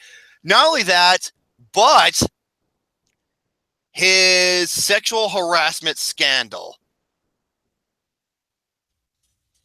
Ladies and gentlemen, Harvey Weinstein has been fired from the independent film company he co-founded and catapulted to Oscar glory, followed by a mushrooming sexual harassment scandal that has hobbled his status as a media mogul and has left his future in Hollywood in jeopardy. So there you go, folks. Yeah. Oh boy. And that isn't the only thing. You let me go over examples. Wait, Weinstein did not agree to leave the company, and there is no financial settlement in place, according to Insider. He has been fired for cause after the board met on Sunday. Weinstein controls roughly 20% of the company. Not anymore. Mm-hmm. Speaking of Harvey Weinstein, hold on. Harvey Weinstein, Harvey. Here we go. A TV journalist said that Harvey Weinstein. Oh, I hear the video. Sorry about that. Is the TV journalist stated that Harvey Weinstein masturbated in front of her. Wow. Mm-hmm. Oh, I'll get to that. MC Deadpool. I'll get to that. Oh yeah. Thank you, Peps man, for that recent article. The one about him getting fired. Yeah, that was just recent. Now, okay. Oh my God. Listen to this. Harvey. This is what she says. Harvey Weinstein once trapped a woman in the hallway of a restaurant that was closed to the public and masturbated in front of her until he ejaculated. Wow. Son of a bitch, man. Thank God he got fired. You should go to prison, too. The accusation come a day after Weinstein was the subject of a bombshell New York Times report that revealed that he has settled at least 8 sexual harassment claims. So not only is he a fucking douchebag within the movie industry, he's a fucking sexual asshole dickhead outside of the movie business as well. Mm-hmm. Yes, I did know that, Leah. And speaking of that, I have to go over this. You ever heard of a guy named Andy Signore? He is the creator of Honest Trailers from Screen Junkies. Okay. Andy Signore is suspended after sexual harassment accusations, and there's tons of them. First Harvey Weinstein, and now this dickhead. Now, Screen Junkies, he's like one of the main people behind this, and Screen Junkies is a huge film film channel on YouTube where they do honest trailers and shit like that. You know, I never liked them in general. However, you got to hear some of this shit. Now, there is a woman. Her nickname is an American with an E, American Werewolf, Emma Bowers. Here's the whole story of how the Screen Junkies guy wanted to jack off in front of me. Okay, you ready? Okay, Junkies, I was interning, aka working for copy credit on some viral videos for him, and he came across some pinup photos I have done. He messaged me to say how hot I was. And by the way, she actually is a very beautiful woman. Just letting you know. She is, yeah, she is. She actually is a really beautiful woman. For this to happen, or is this like fucking pathetic? And he tried to play off as silly, saying, "Jacking it to you to your undies." Mm. And when I tried to brush it off, he offered me to come over so he could do it in person. I will never forget those exact words. You can read a book for all I care. You need to understand this guy was my boss. He was in position of power, and I was very underskilled young lady working for him for free with the promise of if he could pay me because she was, interning. So I said, I'm flattered, but no thank you. Because I was desperate to break into the world of costume design. Because she's, because she's really huge. I don't know. I think she does cosplay and costume design. And she's not the only one who suffered this. Yeah, there's another person. Okay, her name is April Dawn of the Dead, or April 13 Dawn. She says, over the past 2 months, I have been talking with Screen Junkies HR department after Andy Signore tried to sexually assault me on multiple occasions. I did what I believed to be the right thing and trusted the company to do something, considering two other women also came forward with me. The HR, human resources, company continued to not take me serious and only had Andy's interests in mind. He threatened my boyfriend's job security, said he would fire him if I told anyone. This has been the hardest time of my life, but I'm coming forward in hopes that no other women will have to be subject to this kind of treatment. He took out sex toys and tried to force them in me. He took pictures of me without my permission and promised a position at Screen Junkies for sexual favors. I hope this encourages more women to come forward because I believe you, April. Holy shit, man. God damn, son. Hold on. Is there any...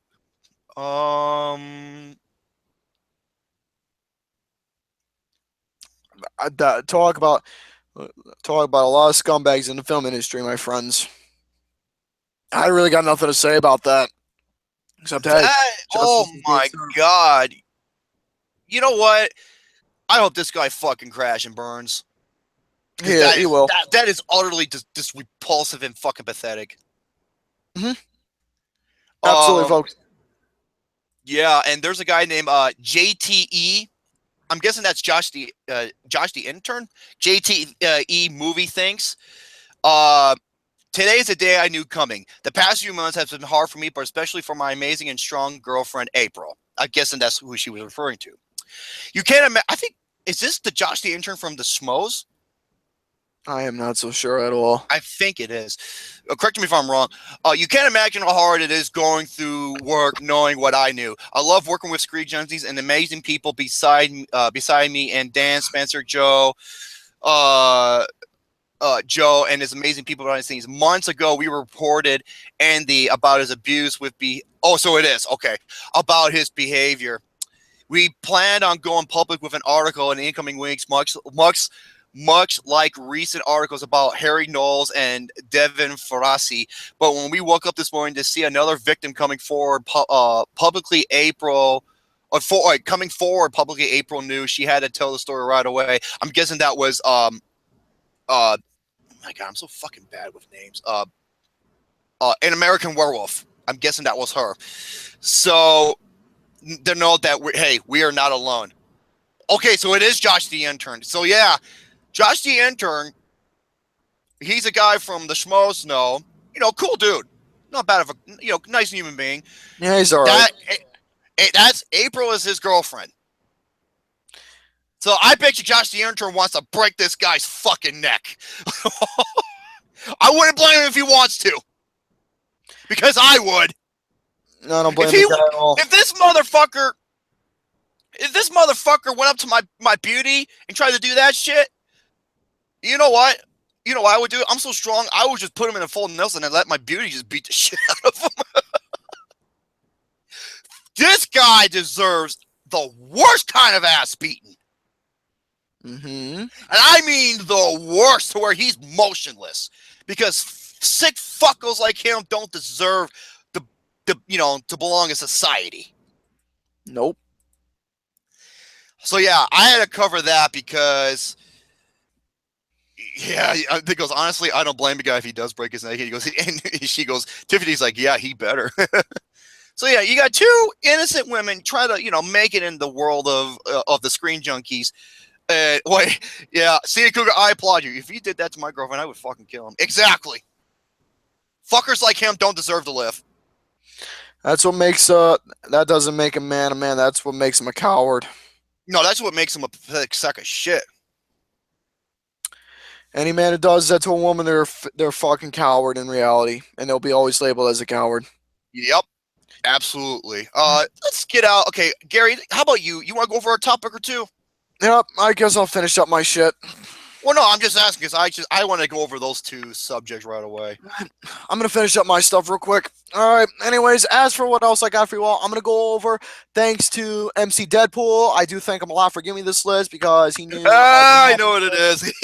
What I'm going to do is I'm gonna go over the top, all 39 films that Tom Cruise played in. We're gonna go over the top 39, which is all films ranked from worst to best of all the films that Tom Cruise played in. So, anyways. My number one would be Born on the 4th of July, his worst, War of the Worlds. Nope. We will see what's going to go on. All right. Number 39, we got Lions for Lambs. Oh, yeah. That was the Robert. I think that was with Robert. Was it Robert Redford? I don't know. I've never even see some of these movies I haven't seen. Okay. So, yeah, that's another one. Number 38 is Legend. Legend? Number 37 is Mission Impossible 2. I agree with that. That sucked. Number 36 is Taps. Never seen it either. Taps. Number 35, this one should be replaced with Lions for Lambs is number 39. This one should be number 39 because this is the worst of the fucking worst. Number 35 is Rock of Ages. Goddamn that fucking oh my god. The worst Tom Cruise movie ever made. It really is. Oh, excuse me. The worst movie that Tom Cruise ever played in. Where's Jackson Fulcher? Yeah, guilty pleasure, my ball sack. All right. Speaking of guilty pleasures, number 34 is The Mummy. That is a big guilty pleasure of mine. I don't think it was that fucking bad. I mean, really? See, The Mummy, it's a big guilty pleasure of mine, so I did have fun with it. Rocket shits. Number 33, I am guilty for actually liking this movie, Oblivion. Oh, I was not a fan of that. That movie bored me. The reason why the movie didn't bore me because I got the movie was doing, and I was very intrigued. I was very intrigued within its storytelling of what it was centering around, so that's what really got my attention of it. I mean, I got it was slow, but like I said, just like with Lincoln, it was the storytelling. That's what caught me interested. Interesting. All right, number 32, Cocktail. It's not a bad movie. It's a good movie. Number 31, Jack Reacher, Never Go Back, the sequel. Yeah, that was not good. I've not seen it. Number 30, Valkyrie. Really? I've not seen that one either. Come on. Number 29, Days of Thunder. Really? Number 28, this one should be way fucking higher in the top 10. The Color of Money. That should be higher. Top 10 for me. Yeah. All right, number 27, All the Right Moves. Never seen it. Never seen it. Number 26, Vanilla Sky. Fuck. Is that pretentious whining reffing? I'm not so sure, and it would not surprise me if it was. I think it is. Fucker. Number 25, Tropic Thunder. Yeah, that should be higher. That was the movie that brought his career back. Uh-huh. All right, that should be way higher. All right, what number is this? Number 24. Number 24. We are at Tropic Thunder. Number 24 is The Firm. I have not seen that one. Number 23, I've heard a lot of praise for this one. I believe this is where we're going to get to the good stuff now. I can't believe War of the Worlds is fucking higher than these. That's bullshit. You folks are going to be surprised where it's at, but I'm not going to say yet. Number 23 is the newest Tom Cruise picture, which I still have to see, American Made.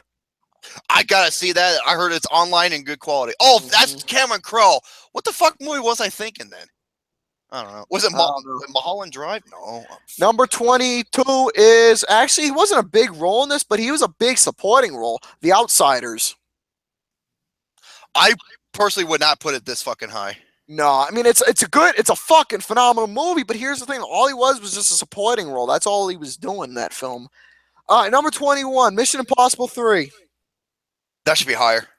Speaking of higher, this one should be way fucking higher. Number 20 is The Last Samurai. That should be way higher. By the way, this is from Collider.com, so it won't surprise me if they're listening to me fucked up. Number 19, Interview with the Vampire. Never seen it. More like clogged up anus. Number 18, Mission Impossible, Ghost Prodigal. That should be way Ghost Prodigal. That should be way fucking higher too. Number 17, I'm not gonna lie, I did like this one. Why? Because this is coming from a Tom Cruise nut hugger, Jack Reacher. Was not a fan of that one. I thought it was all right. It was solid for what it was. 3 out of 5 type of spiel. Number 16, Far and Away. Not too familiar with that one. Number 15, Night and Day. Not Knight. Night and Day. You gotta be fucking kidding me! Mm-hmm. That movie fucking sucks! Speaking of sucks, with Cameron Diaz? This list is shit, dude. Oh, it gets worse. Number 14, this one should be way higher. Number 14 is Rain Man. That should be in the top 10. Number 13, Magnolia. If that's how Magnolia. That is, I believe that's Brett's favorite Tom Cruise movie or performance. All right. Number 12 is Eyes Wide Shut. Never seen that. it. Fuck that movie. I hated it. Number 11 and 10 are 2 Mission Impossible movies, but the number 11 is the Mission Impossible film. And number 10 is Mission Impossible Rogue Nation. And by the way, as for 30 likes, before I continue on, 30 likes, let's announce that special surprise that we had lined up. You want me? I'll start off. Okay. I thought of this idea when I took a shit on the toilet. No joke. Why? Well, put to you this way. When you're shitting on the toilet, your brain's not doing nothing, and it's got to think. So, therefore, I thought of an idea, and Gary, thanks to Gare Bear, he helped me so much with this that I could have done it without his help.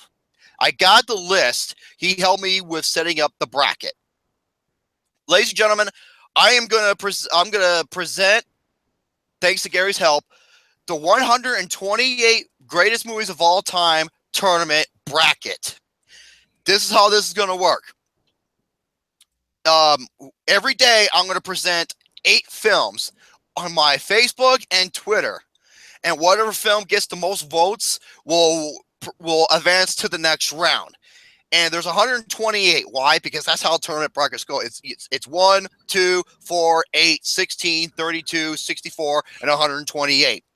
As for what's going to be on this list, you're going to have to see and find out when I present the list. And it's going to be 8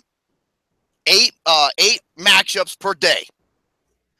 And this is going to, I don't know how long this is going to take, but it's going to take at least 2 weeks to complete. Because like I said, 8 days, that's 64 matchups. And this was somewhat inspired by Austin, Lucas, and Alex, what they did back in 2014 when they did their tournament bracket for the best films of 2014. Yeah. So stay tuned for that. The 128 movie.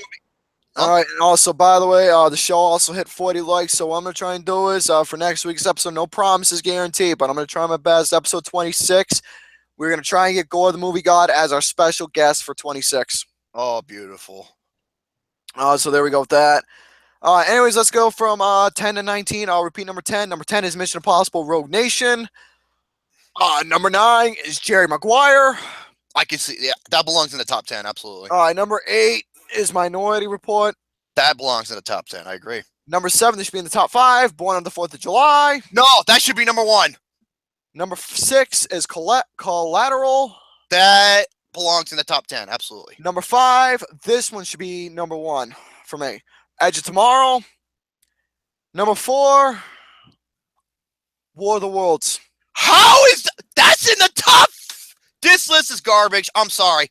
This list is garbage. That movie is fucking horrible. Speaking of movies, and that's one of Tom Cruise's worst performances. I believe he wasn't he nominated for the Razzie for that movie? I think so. And by the way, another one, Risky Business is number 3. But here's the thing about Risky Business. That one wasn't really much of a good movie either. It's only memorable and infamous for just that one scene. Because of that one dance scene. That's it. That's the only reason. Yeah. That's it. Just because he pulled a Bob Seger. That's it. And by the way, that's how I'd be acting if I got an Asian chick in my life. And after my first date, that's how I'd be acting. All right, number 2 is Top Gun. I would not put Top Gun that fucking high. No, at least top 10. Number 1, this one deserves top 5, but not number 1. A Few Good Men. Okay, Edge of Tomorrow. Okay, Born on the 4th of July. Yeah, Edge of Tomorrow. Collateral. First of all, The Last Samurai should be in the top 10. Yeah. And a couple other things. Yeah, this list is not very. Yeah, War of the Worlds at. Oh my god, that movie is fucking ass, dude. I'm sorry. I cannot believe that's in the top fucking 5. All right, but anyways, that's gonna have to do it for my list. Now, as my movie news, we got 2 movie news topics I'm gonna go over, and let's just say that's gonna have to do it for my topics after I'm finished. Now, as for the first movie news, we're gonna go over this one. Since I mentioned earlier about Bradley Cooper, not Bradley Cooper, about a Vince McMahon biopic of a movie. Yes. Basically, I'm not gonna go over and read the article, but here's what's gonna be going down. Bradley Cooper reportedly wants to play the role as Vince McMahon in a new biopic film known as Pandemonium. Basically, what this movie's supposed to center around is how Vince McMahon ran the WWF at the time, and how he booked everything, blah blah blah blah. How he got his career. So it's pretty much the movie about an old man who's out of touch and a fucking lunatic running a business where he doesn't know what the fuck he's doing. Wonderful. The only time I liked Vince McMahon was when he was on commentary. That was it. I love him on commentary. He was phenomenal. That's the only time I liked Vince McMahon. I loved him as a broadcaster. I really do. Because he's I loved him when he was on commentary and when he was feuding with Austin. That was it. Because at that time, during the Attitude Era, we're gonna get off topic for a little bit because I think it's necessary. Because it's necessary. It's about Vince McMahon. Because during the Attitude Era, the WWF was going on a very downward spiral with extremely low ratings. Why? Because WCW was taking tolls at the time, and ECW bashing the WWF within its views, ratings, and all that because of they were down a shitter. And from there, Vince McMahon had to do something, so he innovated the Attitude Era after the Stone Cold Steve Austin match at WrestleMania 13. That submission where pretty much the greatest double turn happened, where Bret turned heel, Stone Cold Steve Austin turned face, and from there, it went history from late 1997 early 1997 all the way down to 1999 during the Attitude Era. No, okay, well, it didn't officially begin. Well, you could say 97 was the start of it. 98 was the big, that's where it just exploded. And around 2001 is where it ended. Yeah, but here's the thing. 1998 was a phenomenal year for wrestling. It really was. 98 and 2000. Almost every single event on that year, I gave a perfect 10 out of 10 to. Why? Because it was booking done right during 1998. And forever and always, 1998 will always be my favorite year of wrestling. It will always be. Mine would be 2001. 2001 was another phenomenal year as well because you got something new within, WrestleMania. WrestleMania 17 was another one. But the Alliance at first was cool, but later on it was fucking ruined. Yeah, but forever and always, folks, WrestleMania 14 to me is the greatest and best WrestleMania ever. Because it's pretty much the summary, and that point that gives you, letting you all know, folks, yep, this is the Attitude Era, and what the Attitude Era is about, and what's so genius about it. This was the Attitude Era at its finest. But these days, oh yeah, his ratings are shit. And if you look at the arenas, whoa, feedback should be gone by now. Let me see. Okay, no, it's still there. Go ahead. Here's the thing about Gary. Okay, there we go. Here's the thing. You look at it now, the ratings are absolute shit. And some of the arenas they're at are pretty empty. Yeah, it's pretty bad, my friends. All right, anyways, as for my last topic, we're going to go for you all now. Oh, yeah, and I think everybody, even I agree, too. I want Val Kilmer to play Vince McMahon. That would be nice, but Bradley Cooper offer if he gets the role, God then damn, I don't want him. that'll be I don't want him something. to play. I can see Val Kilmer doing it. I'm really curious to see how this biopic's going to turn out. That's what I'm really interested about. All right. Yeah, produced by WWE Films. Yeah, no surprise there. Yeah, Also, feedback.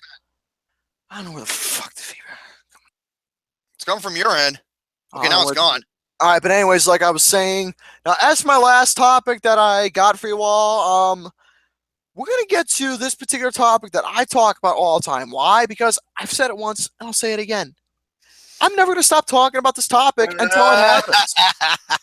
I don't give a shit if people get annoyed. I don't give a shit if they get the point. I don't give a shit how many times people are telling me, "Oh, you're being annoying about it." I don't give a single fuck. I'm gonna continue talking about this until this movie happens. And from the way it looks, it's about what 20% there of this happening. It's building up little by little. Here we go again with Bill and Ted 3. So anyways, I'm going to give you all movie news. I'm going to read two separate articles that I got. One is from Comic Books Movies, this website, popculture.com, excuse me, and Austin's workplace, Flick Direct. Flick Direct, or whatever you want. Flick Direct, goddamn.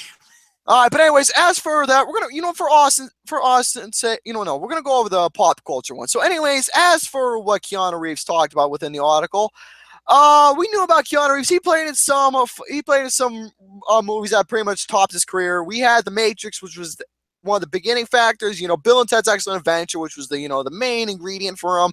Then you got The Matrix, and the key factor that helped him bring up his career again, that was the John Wick movies. Well, you're missing a couple other ones. You're missing Speed. Well, I'm just going over some of them that was a big key role. I know Speed. Oh no, Speed and Point Break, the Catherine Bigelow action film. Oh, Point Break, the one that he saw with Patrick. That one always one of my. That to me is like that's my favorite. And I'm gonna say this right now. Over Dirty Dancing. No, I'll say it too. That's my favorite. Point Break's my favorite Patrick Swayze film. No, mine's Ghost. Mine's Ghost. Then following Point Break. Point Break's my number one. I fucking love Point Break. What the fuck? Oh, Gary, don't forget who tagged you in that article. Danny Boy. Credits to Danny Boy. Yes, thank you, Danny Boy. I apologize, Danny. Rufus. But yes, I'm gonna get to in a little bit about all this. But yeah, thank you, Rufus Danny. Has big bosom. The pop culture website, tagging me in it. But yeah, he also played in other films that kind of ruined his career. That really ruined his career to an extent. The Neon Demon, The Bad Batch, and Knock Knock, that he was absolutely dreadful. Oh my god! I couldn't hate Keanu Reeves. The only thing I can do is just feel bad for him. Why? Because I love Keanu Reeves. And I couldn't help but feel bad for the role he was in. He chose them roles, though. That's the difference. That's the sad factor. Uh-huh. But anyways, here's what Keanu Reeves had to say about Bill and Ted. So basically, he said, and I quote, Reeves admitted during a panel at the New York Comic-Con, which just recently happened not so long ago, when asked about the project, there's a script out there, we're trying to get it made slow. Show business is tough, which is true. It's a cautionary tale Reeves shared of the potential sequel's plot, and I've mentioned the plot once, and I'm going to mention it again. I'm going to keep mentioning why, because it is the greatest plot to me in movie history. At least what I can say. But anyway, at least what I say. Why? Because I'm Mr. Garrison, motherfuckers. That's why. All right, so anyways, here's what the plot is. They're supposed to save the world, but when we see them, they haven't saved the world at all. Because why? They're old. Well, not old, but they're pretty much, in their mid-40s or 50s or some mid-40s. They're married. They got stand-up jobs, have kids, blah, blah, blah, blah. So you're pretty much watching them. It's like, okay, we're gonna see what they are at their lives. Like, watch them grow old. So pretty much, they gave up on their dreams. As the wild stallions that they are. Pretty much nobodies. But then all of a sudden, pretty much, Bill and Ted, they've gone above and beyond. They went on a journey. They finished their history report. They passed the grade. They went on a Burgess journey. Saved the robot dudes. Pretty much, save the world from the robots, met death and whatnot, and play Twister and all those other cheesy, all those games. All from Bogus Adventure. I'm not gonna lie, I had an amazing time with Bogus Adventure. You're talking to a Bill and Ted fan, so yeah, I had a blast with Bogus Adventure, a Bogus Journey, excuse me. So with this particular movie in general, the only thing that Bill and Ted have not done was face the music at all. They have not wrote a song or faced the music. So basically, hopefully, by the time he wants to make this movie by time before he turns 60, and Keanu Reeves right now is in his mid 50s right now, which surprises me a lot. Yeah, I think he's Around 50 now. 53 years old, and he wants to make this before 60. And you know what? This, like I said, this is that 20% chance of this happening. Folks, think about it. You got yourself a plot right here where Bill and Ted are in their mid age right now, married, have kids, stand up jobs. By destiny, they come back together, and basically the world's at apocalyptic feel, you can say. And the only way to save it is that they have to write a song to save it. And you know what? It's the greatest plot of all time. It's the greatest fucking plot of all time. All right, now, also, let me talk about what Alex Winter had to say. Reeves, after what Reeves said, this is what O-star Alex Winter echoes, pretty much, summarizing what he said, speaking in an interview last year to The Sun. Now, this is something I have not heard until recently. And this is what Alex Winter said, and I quote, Winter reportedly shared the whole movie is going to have a British feel. They'll time travel through London and meet historical figures, meaning the Queen of England, Elizabeth I, and Winston Churchill could get cameos. So basically, from what I see, they're pretty much going to go back to their ways, meet Rufus again, because Rufus is going to give them the news about, the world's going to end and whatnot. And the only way to save it is that, hey, they're going to save the world. And again, get Kevin Spacey to play as Rufus. I think he would definitely nail the role. I'm going to tell you right now, I'm down for this. I really am some of the most historical figures to meet. If they actually meet the Beatles as well, we got ourselves a fucking movie here. We do. Rolling Stones, no, fuck that. But anyway, let me read to you all about the script. What about Black Sabbath? Aren't they from England too? By the way, Iron Maiden, I'm going to put you guys in the Iron Maiden suite. That joke is fucking funny, man. Oh my god. By the way, if you want to know where my origins of my music references come from, there you go. Yeah. So anyways, as for what Flick Direct said about Bill and Ted's script confirmed by Keanu Reeves, while attending New York Comic Con, blah, blah, blah, blah, installment Bill and Ted 3, basically the Bill and Ted 3 movie is going to have a title. Since we had Excellent Adventure, Bogus Journey, this one's going to be called Bill and Ted Face the Music. So basically, we're trying to get a hold of we're trying to get to make it Reeves show business tough, blah blah blah, and they pretty much here's what he said. It's cautionary tale. He also said that the film will feature the duo who are now older families and are trying to save the world by writing a song, something that they have yet accomplished. They are forced to face the music. Now, here's the thing, though. There's currently no director attached to the film, Edgar Wright. I found out about Edgar Wright. Apparently, he's working on a project currently right now, sadly to say. That sucks. But hopefully, we better get a new director. Brett mentioned some guy named Lord and Miller. Oh, Phil Lord and Christopher Miller. Those are the best comedic filmmakers working today. Saying these guys should get the film. I didn't know who they were first until Brett mentioned the Lego movie.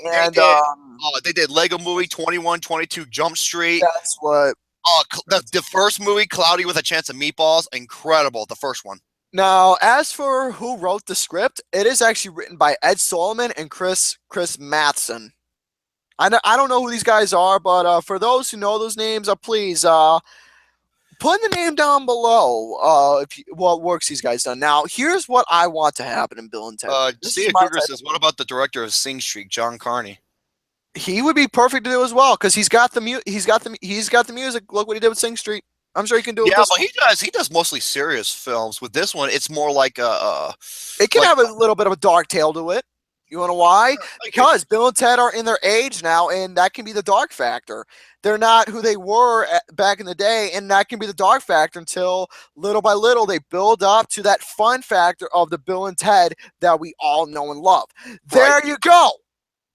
Perfect right there. If a fucking asshole like me, who's not even a true film critic or went to film school, can make out shit like that, this movie can fucking happen. Uh-huh.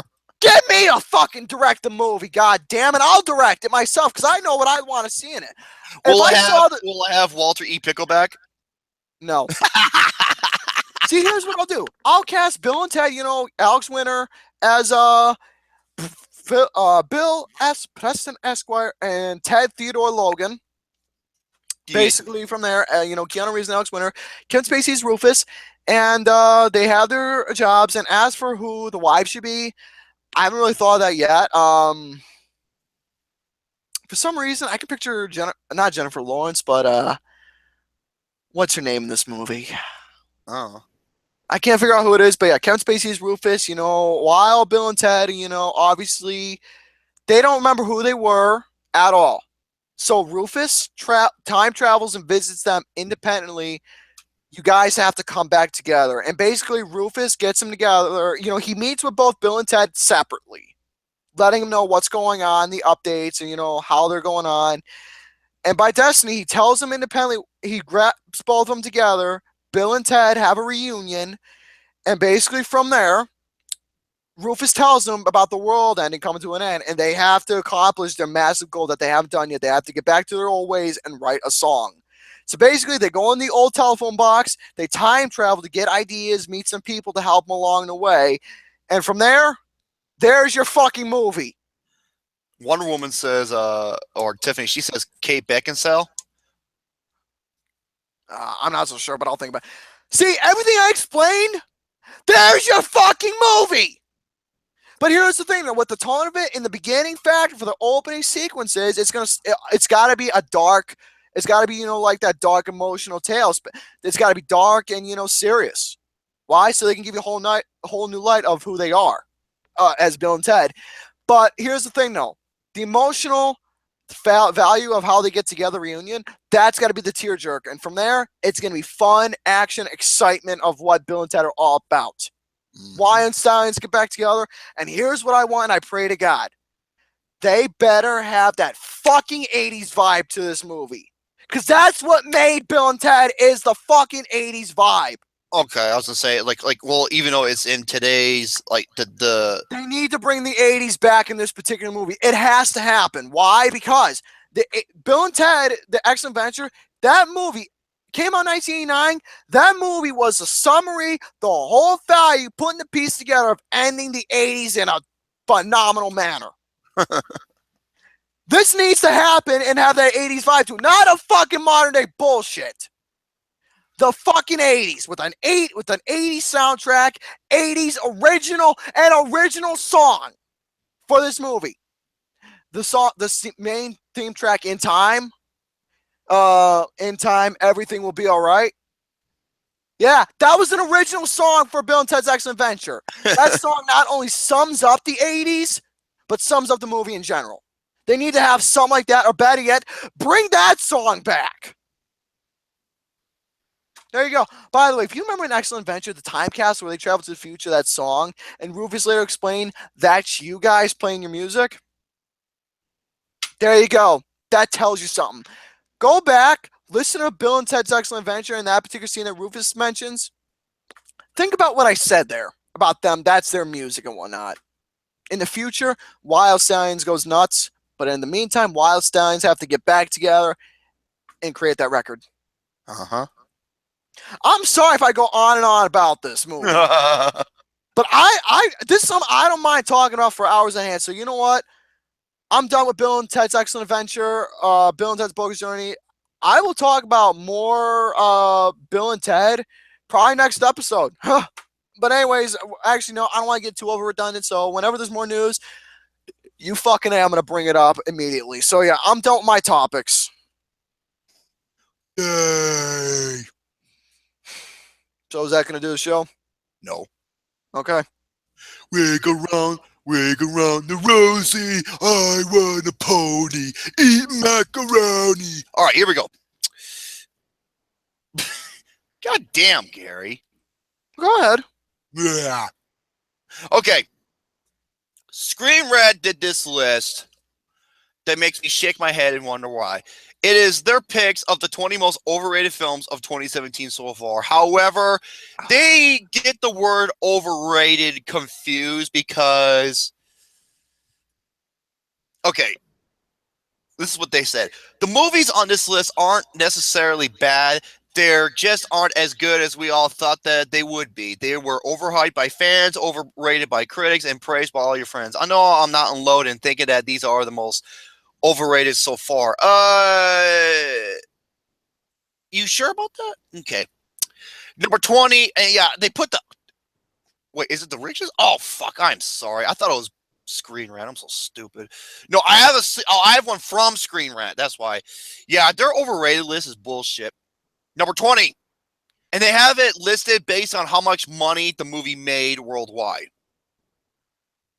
Depending, so over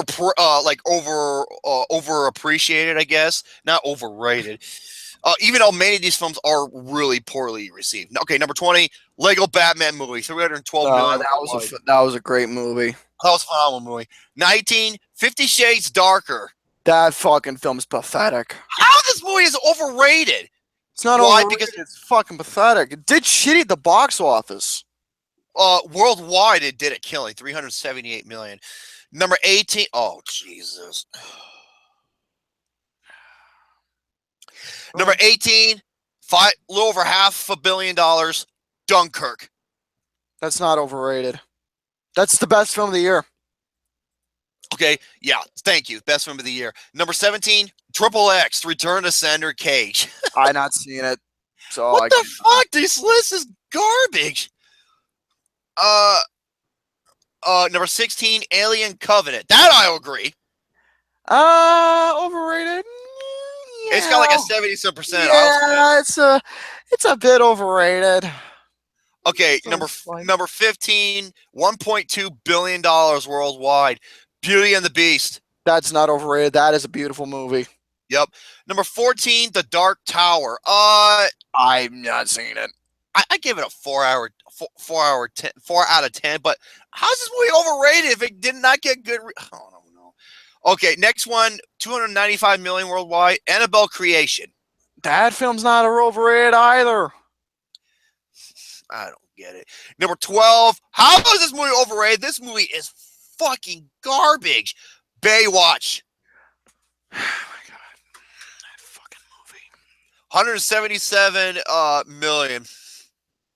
God damn Baywatch. Oh yeah, Scott Mans, you dickhead. Fucking cunt watch, more like it.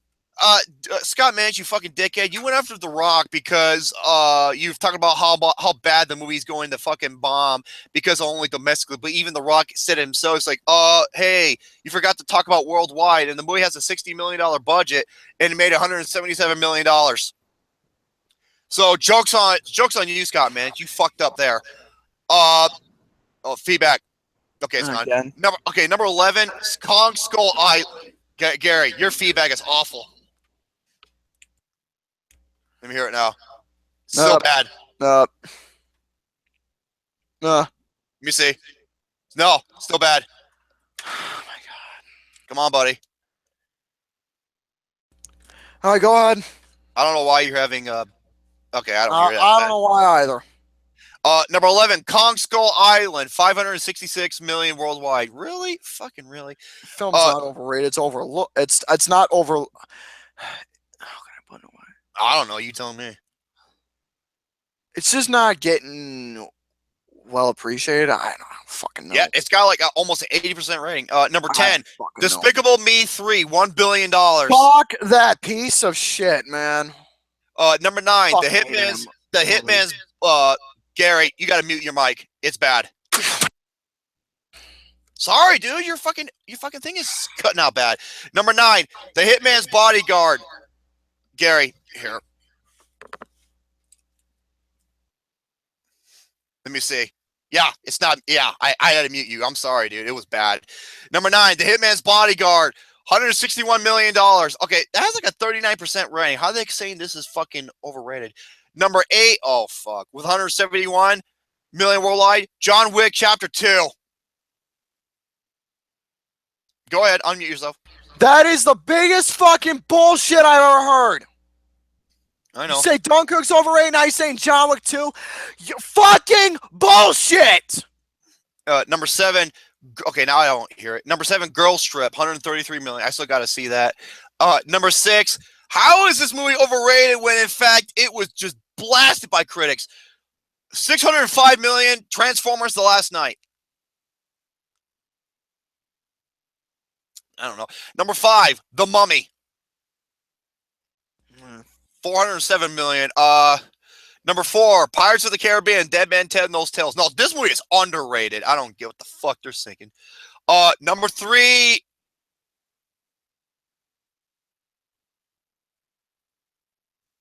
Oh boy. Number 3, Mother. Even with a worldwide gross, it's still fucking bombed, and thank God. I don't really need to say much about it. Number 2, All Eyes on Me. That was the Tupac Shakur story. Almost 55 million. That got really bad reviews. Number 1, The Fate of the Furious. $1.2 billion it made. I have no clue. This list is fucking horrible. It makes no goddamn sense. I'm putting John Wick on there. Fuck you. And there's a lot of films we put on there that makes no sense. Okay. Let me see. No. Okay, Bob's Burgers. Bob's Burgers, a television show, very popular animated television show, announced for a 2020 release movie. 20th Century Fox announced that Bob's Burgers, a movie based on the television show created by Lauren Bacall. The TV show debuted in Fox in 2011, and it's become a beloved animated sitcom. And it has run over a course of 7 seasons, and is prepared to launch. It's going to be returning for a season 8 premiere, along with an announced movie of the anime for 2020. So, yeah, Bob's Burgers. So we'll see where this goes. I've never seen the show personally, but from what I've been hearing, it's a very well-received, very funny, and very lovable television show. So we'll see how that goes out in the future. All right, next one. Okay, the 20 end of the world movies of all time, or the 15 most rewatchable horror movies of the 21st century? Oh, with the horror ones. All right, here we go. Okay, let's see what we got here. Are these in any particular order? No, they are not. Okay, here we go. The Cabin in the Woods. Hell fucking yes. Great movie. The greatest fucking horror film of the decade for me. Love it, love it, love it. Next one, 28 Days Later, the film directed by Danny Boyle. Not seen it. Okay. Next one. Oh my God, I love this list so far. Tucker and Dale versus Evil. Love it. I love this fucking movie. This movie is awesome. Yeah. If you've never seen this is one of the best horror comedies ever. It was a solid film. Okay, okay. Now this is where the list takes a fucking nosedive. Better not be The Fucking Witch. No, it's almost on par, if not worse. Cabin Fever, the Eli Roth movie. Never seen it. Don't. It's fucking garbage. Next one. This is one of the best remakes I've seen ever. Zack Snyder's Dawn of the Dead. I don't remember ever seeing it. Did I miss the major announcement? The major announcement is that Gary and I, thanks to the help of Gary, who helped me out with this, there's going to be a 128 movie tournament to determine what will be the greatest film ever made. So, and I will be putting out polls and such on my Facebook, the network, and on my Twitter. Next one. Oh, love this movie. Love it, love it, love it. Arguably the greatest zombie movie ever. Shaun of the Dead. It was. I've not seen it. I don't remember seeing that one either. Next one. Frontiers. I have never seen this movie. Never heard of it. Next one. Oh, you gotta be fucking kidding! This movie was garbage. The Mist. Rip off The Fog. I see. Well, no, not really.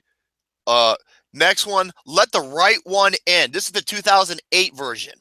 Never heard of it. Very good vampire movie. Really good. Sorry. I think this movie's overrated as fuck. I don't like Sam Raimi, and this is another reason why. Drag Me to Hell. Never even heard of it.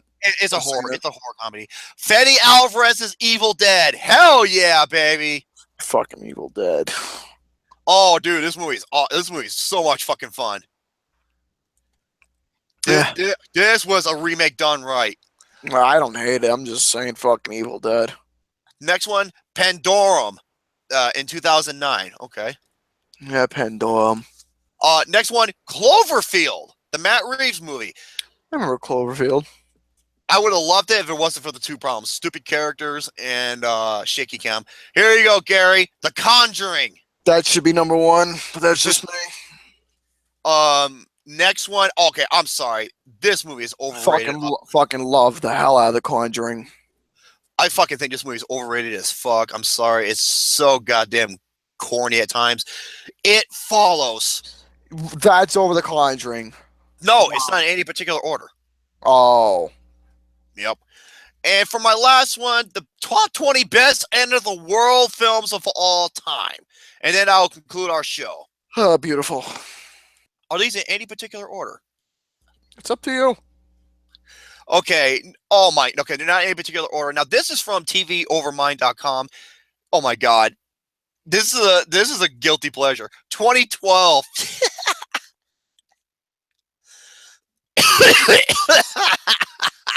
That fucking movie. That goddamn logic in that movie was horrible.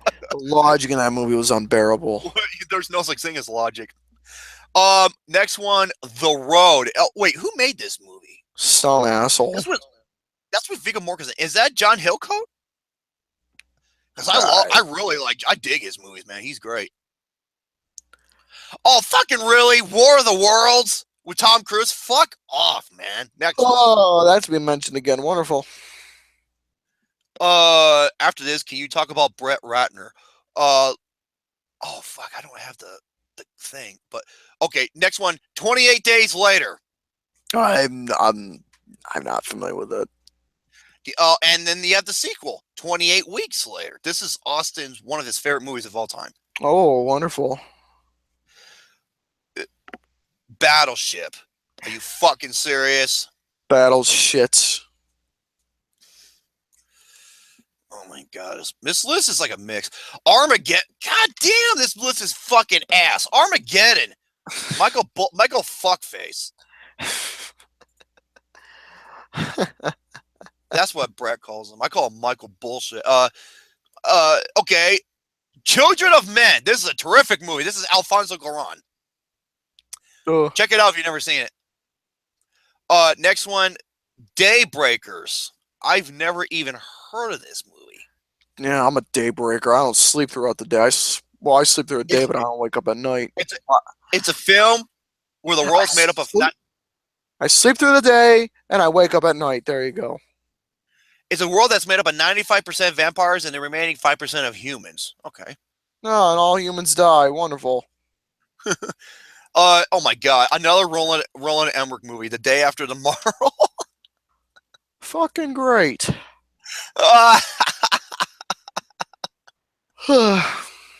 Wait, which one is this? Oh my god, this list is fucking horrible. The remake of The Day the Earth Stood Still. This was the original awful. The original was better. Oh my god, the remake was shit. Okay, the original is known as one of the greatest sci-fi movies ever. Okay, you know what? I don't even want to continue this list because they have this on the best. This is on my top 20 worst films of all time. What? M. Night Shyamalan, Ding Dong Dickhead Bitches, The Happening. You don't have to continue if you don't want to. No, I'm not gonna. I'm sorry, dude. Let me just breeze past, see what else they have on here. Okay, good. All right, Zombieland. Hell yes, love this fucking movie. That's the best. That's the best. Definitely the best running gag of trying to find a Twinkie. Next one, Immortals. Is this Tarzan Singh? Tarzan. No, Tarzan Singh, the director. You boob. Oh, I thought you meant Tarzan. You laugh every time you watch it. Dude, I'm sorry. I don't get it. That movie fucking sucks. That movie was like a slap to the face, to my knowledge. Next one, another awful movie, Knowing. Jesus Christ, dude. This list is garbage, man. Okay, good movie. 12 Monkeys. This is a terrific movie. 12 Monkeys. Yep. Wait, Miracle Mile. Wait, Miracle Mile. What a name that. What a name for that movie. Never even heard of it. 12 Monkeys. The Day After, 1983. Never heard of it. I wouldn't be a bit surprised if that's a 12. I wonder if that's a remake of the 12 Angry Men, but starring monkeys this time. Oh, for fuck's sakes. Invasion of the Body Snatchers, the 1978. I actually did. I thought you were talking about 1956. That's the version I'm reviewing. Oh, I fucking hate this movie. I think this is Lars von Trier's Melancholia. I fucking hated this movie. I never heard of it. I hate Lars von Trier. He's garbage. That line was hilarious. For you, it is. For me, I cringed. I was just it almost ruined Mark Wahlberg's career. And he told Amy Adams she dodged a bullet because she refused to play the role Zooey Deschanel played. Mm-hmm. Oh, Deep Impact? That's a good one. Why is that on here? But yeah, all this shit. Oh, Deep Impact. That was just, dude. Still to this day, that movie still has me on the edge of my seat. Oh, when that fucking asteroid hits the earth and it creates that huge tidal wave. Yeah, Elijah Wood. That was one of his best performances. Okay. Now for my last topic, I gotta talk about this motherfucker. Brett Ratner. Wow, this guy is a fuck. No! I hated that scene. I'm sorry, I think he's fucking garbage. Hold on a minute. Uh-oh. Shut the fuck up. Well, in the meantime, everybody, how you doing? How's everybody doing in the chat tonight? Yeah, good. All right, wonderful. Christine says, deep, deep impact. Oh. I'm doing shitty as always. So yeah. Oh yeah. Okay. According to Brett Ratner, he says that Rotten Tomatoes is the destruction of the movie industry. Oh, speaking of beavers, here we go. Whoa, he deleted the post. Oh, Bob Streisand effect. Okay. Yep, he did. The worst thing we have in today's movie culture is Rotten Tomatoes, says Ratner. Why? Is because so am I. Oh, so am I. Oh, you know why? Because his company Rat Pack Entertainment co-financed Batman v Superman. And the critics fucking hated this movie. Gee, no wonder he hates Rotten Tomatoes. So he's pretty much saying he hates critics. Wait, we know you are Christine LMF, and that's why I love her. Even though that, yeah, he thinks it's destroying the movie industry, yet his movie made almost $900 million worldwide. So who the fuck is he trying to bullshit? I have no straight idea, my friend. Yeah, obviously he doesn't know how Rotten Tomatoes work. It's a website. Wait, when I was growing up, film criticism was a real art, and there was intellect that went into that. And you would read her review, Pauline Kael's reviews or some other, and that doesn't exist anymore. Now it's about a number, a compound number of how many positive versus negatives. Now it's about what's your Rotten Tomatoes score, and that's sad because the Rotten Tomatoes score was so low. I think it put a cloud over a movie that was incredibly successful. Mm-hmm. Okay, so you think it's destroying Gary, you think it's destroying movie industry, yet you made $900 million fucking dollars. People don't realize what goes into making a movie like that. It's mind-blowing. It's just insane. It's hurting the business. It's getting people to not see a movie. In middle America, it's a low Rotten Tomatoes score, so I'm not going to go see it because it must suck. Dude, it's film journalism. That's what they do for a fucking job. You stupid fuck. Does this guy not understand how Rotten Tomatoes works? Nah. The only way Rotten Tomato works is that you leave a tomato out in the sun for too long and it boils badly. That's a Rotten Tomato. Oh, yeah. Okay. And this is from the Huffington Post, okay? Brett Ratner.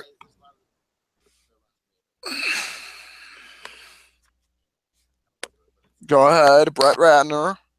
Yeah, Brett Ratner is determined to save the movie industry from Rotten Tomatoes. Oh, whoop-de fucking do. Clearly, all Rotten Tomatoes is just a popular website where film critics everywhere can just go on and write the review. That's it. Oh my god, this is just fucking pathetic. Ratner, for one, is still not a fan of this divisive website which labels movies with a green or red tomato based on critics' reviews. The filmmaker behind such films as Rush Hour and X-Men: The Last Stand clarified his stance in an interview. And he says, I'm not a fan, not just because the impact it had on me, but just the impact it has on the business. It wasn't a personal thing, he said in his early comments at the Sun Valley Film Festival. It's a complicated thing. Ratner also revealed he wants to help fix what he claims Rotten Tomato has done to the industry. I think there's a way to fix it, and hopefully I'm going to be one of the people that they asked to try to help figure out, he says. Go fuck yourself, dude. Seriously, you're such an ass. And then he says this, I grew up with film criticism, and there was an art to film criticism itself, and it was inspiring for me to need a review of an important critic. I thought it was thought-provoking. It didn't make me want to go to the It didn't make me not want to go to the movies. Oh, and remember when he says it's just a number? How do you explain Roger Ebert, who always rated a film out of 4 stars? I am not so sure at all. It just boggles me how someone like pretty much the real life version from the Angry Beavers, some guy from the Angry Beavers who looked like the brown beaver. He looks like Kevin Dunn. Yeah, something like that. So I don't understand how can someone who's fucking a real life beaver can actually agree with that, man. I can't wrap my head around it. Wait. It actually made me want to go see this opinion because it came from an intellectual perspective. It wasn't just let me slam a movie. Really? So people who review movies isn't intellectual, I guess? Fuck you, dude. No wonder you're garbage. You have a low Rotten Tomatoes score. Kids or people don't want to see this movie. That's where I thought there could be some change there. It's how the website is run. It showcases all of the reviews mainstream in America who reviewed the movie, you dumb shit. I grew up with film criticism, yet you're bashing Rotten Tomatoes, you fucking hypocrite. And by the way, he sounds like Chris fuck. Yeah, you know what? He does, because you know what? This shows how much, this shows how literally incoherent he is and inconsistent. Because you know what he said? He says, letter grades, they're just a grade. If they're just a grade, then why the fuck do you have them in the first place? Why not use them to your... He never uses them to their advantage. For example... 2015, he gave Mad Max Fury Road an A+, and Star Wars Force Awakens an A, and he made Star Wars the #1 film of the year over Mad Max, which was his #2. Mm-hmm. Incoherent. Yeah. He has no fucking continuity. That's why when I grade films, you can see how all of them are actually labeled, or ranked equal or perfectly from how I ranked them. It's called fucking being coherent. So he grew up with film criticism all his life, yet here I am, grew up with my noodle in my hand. Who hasn't? I'm much more happy with that. Well, with a woman, I mean, it's hard for me to explain. I mean, us men, we got ourselves a little rattle to shake, and for a woman, how can I explain it while being a good boy? Oh, and let's just say, if you like going to Niagara Falls, well, you got it right there for you. So there you go. Oh, by the way, yeah, Rotten Tomatoes. This is what I'm going to hell. Yeah, I'm seriously going to hell. Yves Burgess, director of the Data Analysis Project, says Rotten Tomato scores have never played a very big role in driving box office performance, either positively or negatively. Yeah, look at Adam Sandler. Look at fucking Cancer. Look at the Transformers movies. Look at the Twilight movies. So who is he trying to bullshit? Fuck you, Brett Ratner. You fucking pretentious, preposterous piece of fucking garbage. Oh, I grew up with film journalism. You know what? Do yourself a favor. Fucking leave. I don't want to see another Rush Hour movie, and I don't want you ever touching an X-Men movie ever again. You fucking suck. And those are all my topics. All right, folks, that's going to do it for the show. So anyways, be expecting episode 26. Brett's going to return for us, and I won't be a bit surprised if we're going to hear his review of Mother. That is when my headset's coming off. Same here, because I kind of don't want to hear it. Sorry, I don't want to hear it either. Yeah. I apologize, Bretty, but I can't listen to positive review about that. I told you, if I see any positive reviews on my timeline, I will not respect it. I will disrespect it. I will remove it for good off of either my Facebook or Twitter. And I'll remove it for good. I don't want to see that shit. I'm dead serious. Well, but anyways, as for that, we're gonna have Brady return. I'm sure we're gonna also hear about any Blu-rays he's picked up. He's gonna probably tell us all how his convention worked. We're gonna also hear how his convention went from as well, and we're gonna try and get Gore the Movie Guy with us as well and have a good time with that big boy. All right. So, anyways, as always, folks, thank you all for tuning in for the latest episode of Flicks with the Dicks, and the 31 Days of the Halloween Movie Mayhem is going to continue for you all, and we're gonna have more horror movies to come up. Day 8 is going to be coming up pretty soon, along with all the other ones as well. And also, a little announcement for you all before we conclude the show. I am planning on Tuesday of the 31st of October, which is Halloween. We're going to have, I think, 3 episodes of Flicks with the Dicks that week. We're going to have one episode on the 29th. We're going to have one episode on the 31st on Halloween Day, and then that following Sunday as a regular thing. So, yeah, we're going to have a lot of episodes coming up within the end of this month. But yes, a lot of people have been requesting a Halloween episode, and we are definitely going to have that. And yes, Christine, let's have sex right now. I'm going to get off here, and I'm going to go play with my Winky. Why? Because I'm fucking proud of my noodle. I really am proud of it. So, anyways, yes. So, as always, folks, you go ahead and have yourselves a nice night, and I'm going to also go cry in my pillow. Why? Because I'm sad. So anyways, folks, you all take care. Have yourselves a nice night, and ciao for now. Please subscribe to the NG2C Network. Subscribe to the film channel. If you want to be a part of the network, you know what to do. The network is growing. We got a lot of new guys in there. Thank you, Samuel One World. Oh, Sammy boy. And ciao for now. Take it away. Absolutely. Thank you so much for everyone tuning in to this episode of Flicks with the Dicks. I cannot scream anymore because the first hour literally killed me. Tune in next week as we go into 26, and Brett will be returning back along, try to see if we get Gore the Movie God, Christopher. Until then, stay tuned. And once again, motherfuck Aronofsky, Chris Fuckman, Scott Mantz, the president of marketing, and, of course, Brett Ratner. Now, if you excuse me, I'm going to go on the other computer and look up some hot blowjob porn starring Gina Fine.